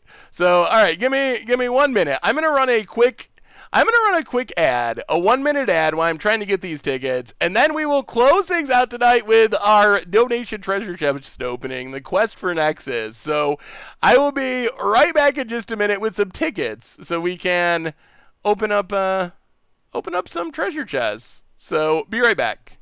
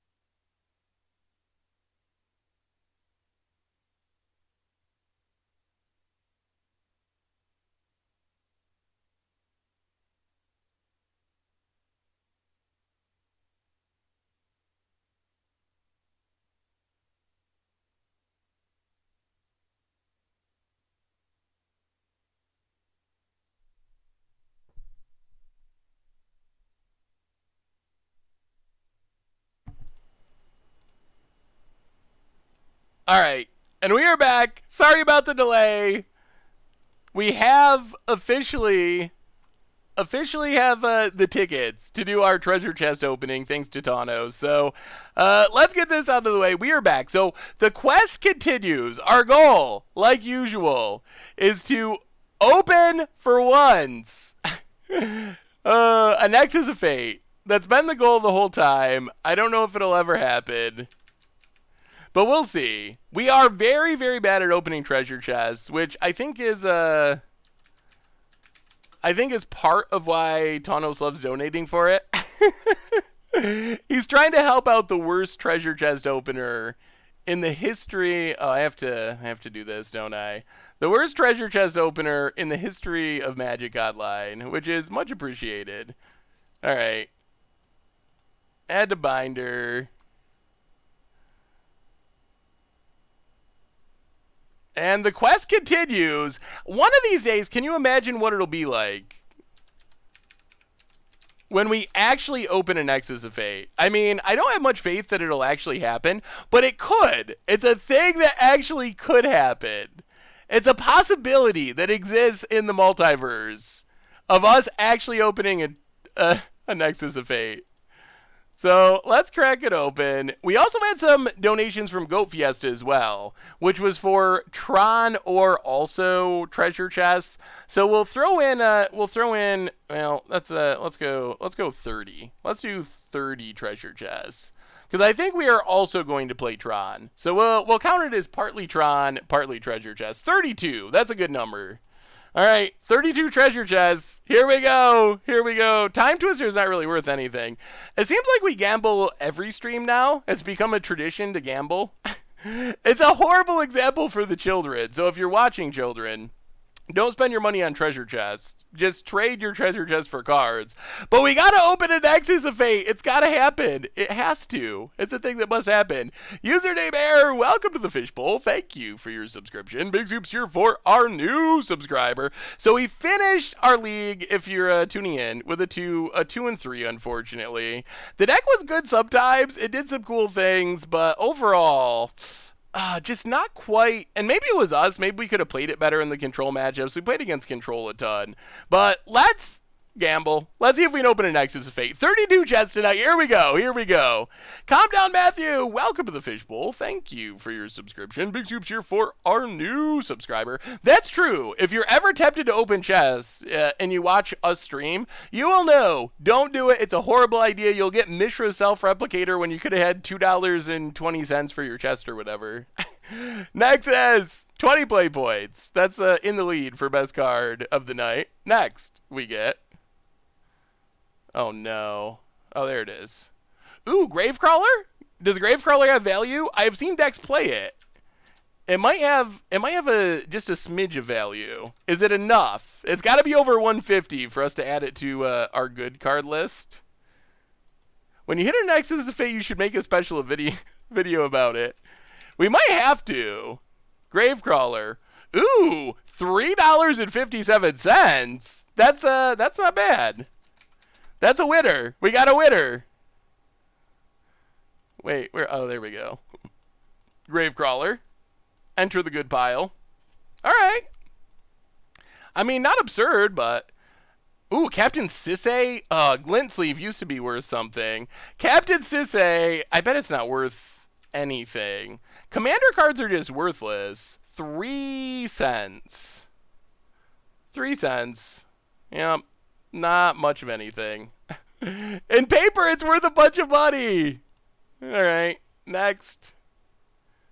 Tooth and Nail. Tooth and Nail. It's played in Fridge Modern decks. It was played in Standard back in the day. It is worth 11 cents-ish. 10 cents. Okay. Next. Next is we need 10 play points. Okay. Well, the nice thing about all this gambling is we do have a near infinite supply of play points. Empty the Pits, that was featured in one of our deck techs this week, the Waste Not deck. Metallic Mimic, not worth anything anymore. Ugh. Alright, next we get 30 play points and a Cheering Fanatic. Okay. Next on our list. Mind Twist. Such a cool promo. Whenever I see a Mind Twist, it makes me think of Cube. It makes me want a Cube draft. Because Mind Twisting someone, oh man, it's a great feeling. Vexing Shusher. Is Vexing Shusher worth anything? Old Shushy? Vexing Shusher. Oh boy, not even a cent. 0.005 of a cent. Okay. I think that's the least valuable rare we've ever opened. 10 play points, Pyroblast. I know Pyroblast is a good one because of Pauper. It's worth something at least. Pyroblast, Eternal Masters, 4 ticks. All right, that's our best card so far. Pyroblast, add it to the list. 21 to go. We get Yunaro Bees. Maybe we'll play Against the Odds Bees at some point. Hoof Daddy. Crater Hoof? Maybe. It was reprinted though, so I bet it's cheap now. It used to be expensive. Well, $2.50. That's not nothing. It's not a ton, but it's something. 40 play points. Maybe we're opening it wrong. I don't know if this is possible. We should have opened like 100 Nexus of Fates, Wrath of God. We should have opened so many Nexus of Fates, and we also should have opened a complete set by now. I always see people post their complete set openings on social media, and it makes me so jealous because we've opened so many chests. Nexus. Ooh, yes! Oh, it's a winner. That's one of the best cards. Horizon Canopy is absurdly expensive. Horizon Canopy, 57.26. That is finally a winner. That is finally a winner. That pays for almost all of our chests in one shot. Oh my goodness. Finally. Finally. It's not a Nexus, but it is a card that is actually helping pay for these treasure chests. Give us more. I want more. We need a Nexus still. It's still about the Nexus. Minamo. Ooh, True Believer as well. Minamo might be worth something. It hasn't been reprinted. Oh, it's worth 6 cents. Just kidding. It shows up as like choke protection in some decks. 20 play points. Add them to the pile. 10 play points. Add them to the pile. 11 just to go. Ooh, ah! There was a day when this was like one of the best cards you could open. I remember being so happy cracking a Scarab God from a treasure chest. Now it's worth 42 cents. There was a time when it was like 40 or more dollars for a Scarab God. Well, rotation comes for the best of us. 20 play points. We're almost up to 2,500 play points. Eidolon of Blossoms. Ugh. Flashbacks to Tuesday's deck where we took an hour to play each match and did not win any of them. Ooh, Lyra. Lyra's interesting. Lyra's a card that I've actually thought about buying some copies of because it seems like it's got to improve at rotation. $7.21. All right. Lyra Dawnbringer. Added. Oh, I guess I already have an entire playset of Lyras. Okay. Next, we get. Ooh, Gale Rider Sliver. That is one of the better slivers. 15 play points. Yeah, the Battlebound lands are incredibly common on Moto. Ooh, Smuggler's Copter? Maybe? There's a sweet Esper Zombie list with Smuggler's Copter in Modern that I saw recently. Not worth anything, though. 25 cents. Ooh, 80 play points. Up over 2,500 play points. Ooh, Tireless Tracker. That's a real card that sees play in real Modern decks. 5 ticks, 5.04. I think we actually, for the first time in a long time, have maybe actually gotten our money's worth out of these chests and ran above average. Oh, Scalding Darn! Okay, now it definitely has been the first time. If only we can... that's like 23 ticks. Scalding Darn added to the list. I think we're actually coming out ahead. We never come out ahead. All we need is a Nexus to make this finally a great chest opening. Martial Coup. All right, next. Eldrazi Displacer. So we ran well. We ran super well. I think we made money on those treasure chests. We did not hit the Nexus, which is just never going to happen. It's not a thing that can happen. But I think that we actually like made money there, which I guess means we can just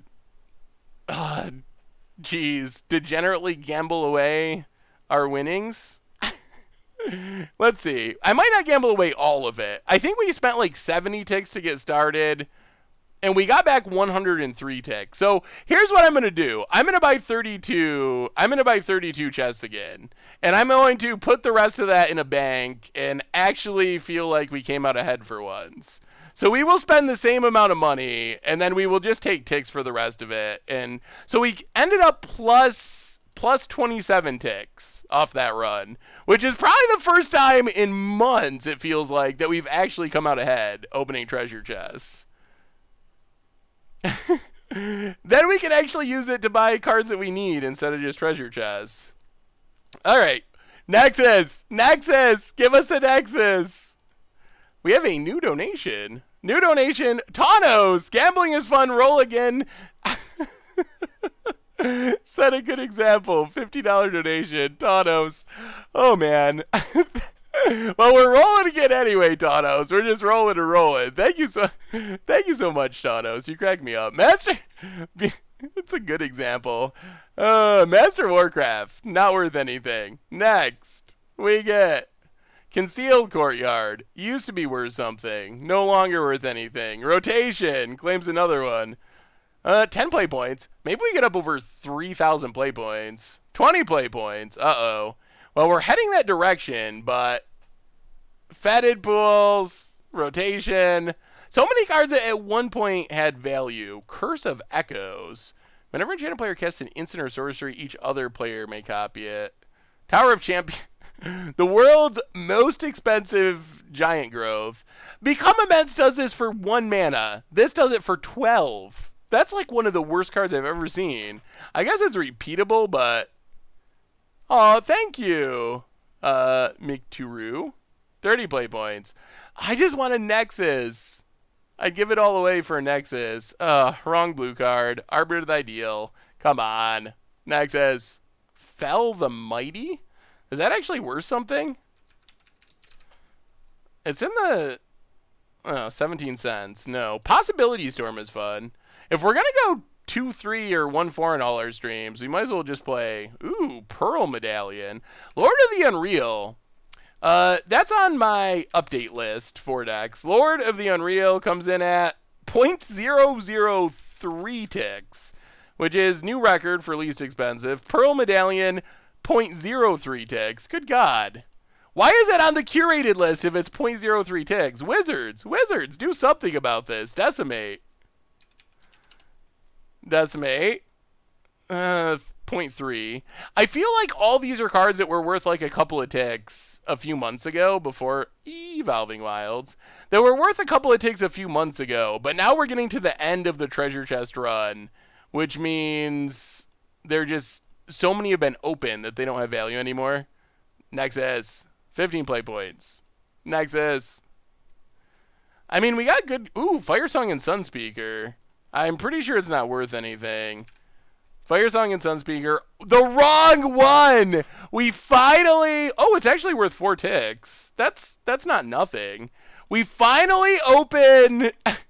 We finally open a Buy-A-Box card. And it's Firesong and Sunspeaker, not Nexus of Fate. Oh, brutal. Wizards is like just straight up mocking us. Hunted Phantasm may be coming to video soon based on... We're playing Forbidden Hunted Path. Good lord, Forbidden Hunted Path. Next. Yeah, we finally got... Ooh, Craterhoof again. We can open 2 Craterhoofs, which... are probably more rare than Nexus of Fate. Ooh, Kess? Is that worth something? That's one that actually kind of sees play in Legacy. 1.91 ticks. It's not going to happen. We're just... The math on this. Someday, someone's going to have to go back through all the streams, count the number of chests that we've opened, and... figure out exactly how unlucky I am, because good God, it's insanely unlucky when it specifically comes to opening Nexus of Fate, and also these chests in general. We have just Molten Disaster. Come on, 10 more rolls. Ooh, Scape Shift. Scape Shift.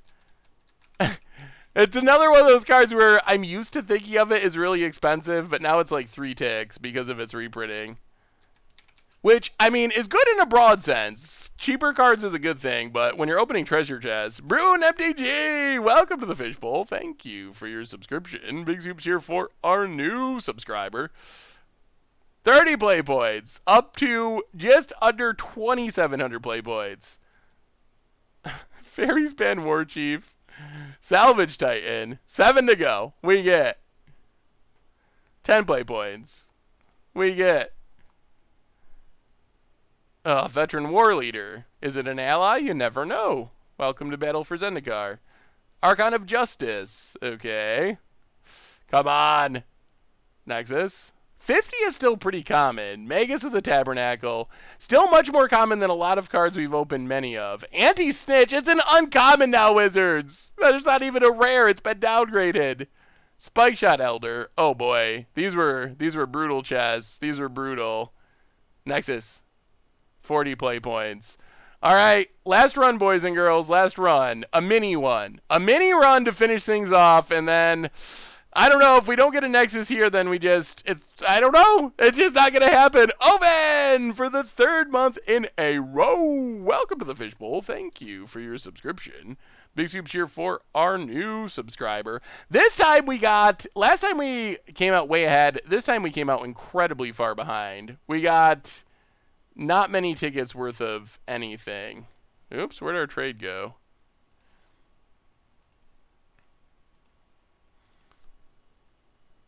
Uh, 12 ticks. Oh, that is brutal. Yeah, this is going to be just a mini one to close things out. Let's get 10... 15. 15, last run. I guess we just spent everything that we came out ahead on the last one. Almost. Essentially everything. Oh, did I not confirm? Oops. Alright. There we go. And here we go. Last 15 chats. Last 15 chances for either something insane or just a Nexus of Fate. Ooh, Underground Sea. Dual lands aren't worth anything, but Underground Sea has got to be one of the better dual lands. Okay. 10 ticks, 9.9. That's not bad. That's not bad. We'll take it. Maybe we'll start playing Legacy. That's on my to-do list, to start playing more Legacy at some point. Maybe we'll just have to do it. I'll take your Nexus. Castillo Courtyard. We've opened many of those. We haven't opened an Ox in a while either. Argus Crush. Yep. Not Nexus. 10 play points. Alright. Last 10. Shivan Dragon. Welcome deck. Okay. I mean, that's a thing. Yeah, wouldn't it be great if the prices of dual lands was the same in paper? Oh, that would be so amazing. We can only dream. Memoricide. Yeah, not worth anything. Nexus. Handwear Militia Captain. That card is not that far from being playable somewhere. Caves of Koilos. Been reprinted a few too many times. Oh, 5 more chances. Predator Ooze. Predator Ooze is a super sweet card. It dies to Path to Exile, but it actually is pretty powerful. Transmute Artifact. Ugh. I think I got to spoil this card. Or not this card, but the new art from it when they did this treasure chest spoilers. 10 cents. Yup. Well, last 3, boys and girls. Last 3. 80 play points. Well, that's $8 of play points. Last 2. Can we get a Nexus? Well, Spire Bluff and Windswept Teeth. That's a good chest. Windswept Teeth, 6 ticks-ish. Spire Bluff, worth anything? It's played in Modern. It might be better than, yeah, over 2. All right. All right. Windswept Teeth. Yup. Spire Bluff. Yup. Last one. We get 10 play points. Ugh. And he still hasn't read it. You were donated another 50 for degenerate gambling. Really? I don't miss donations. Oh, I think I read that donation. I definitely did. We talked about Tanos' second donation. Could Walk the Plank ever see play? I mean, maybe in Standard, there's just usually better options. I think that's the issue. Again, thank you, Tanos. I'm pretty sure I read it, but I do appreciate it if I somehow didn't read it. All right. Well, I mean, we gotta sell the cards. Are we gonna re-roll one more time? We're not gonna spend any ticks. I do need to sell the fetch land because then it'll accidentally show up in my decks, which I don't like. How many ticks do we actually have? We have exactly 18 ticks.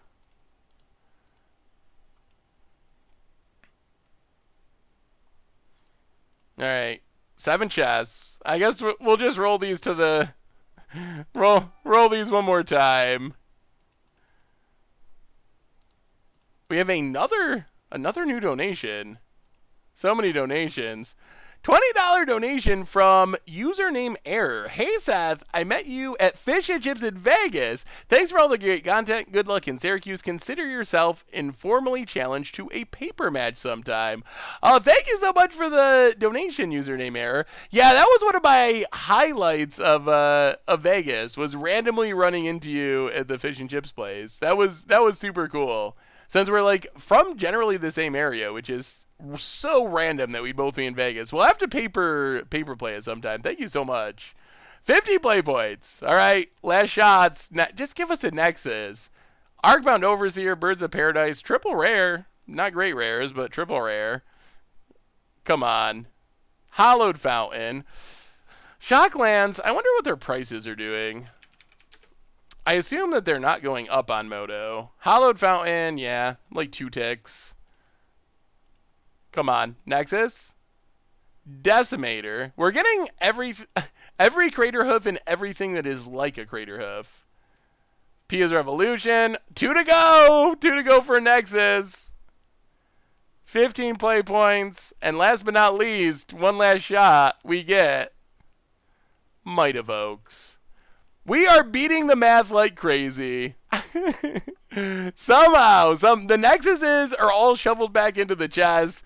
They are not anywhere to be found in our deck. And on that Nexus missing note, I think that brings us to the end for tonight, boys and girls. So if you're in Syracuse this weekend, maybe I will run into you. That would be super fun. If you're not in Syracuse, well, I will be around. We will be doing spoiler videos, Much Abrews, Panharmonicon weeks, tons of sweet stuff coming up. So keep an eye out for that. Quick reminders on the way out the door. Replay, that's where you can find all the old streams, including this one going up tomorrow. If you want to check out any of the openings, any of our Esper Flash stuff going on. Normal YouTube, there's a Goldfish Gladiators tonight. Tomorrow, Commander Clash. There are spoiler videos, Panharmonicon week, all that. And one last shout out to the sponsor of tonight's stream, probably better known as Ridge Wallet, makers of slim front pocket wallets out of carbon fiber and titanium. Check them out at ridgewallet.com. Get 10% off with the cold Goldfish. And with that, everyone, I think we're at the end of tonight's stream. So I love you all. You are amazing. Have a wonderful weekend, whether you're playing Magic or doing other stuff. I will be back here on Tuesday for another one. So until then, you have just a wonderful weekend. And yeah, I will see you on Tuesday.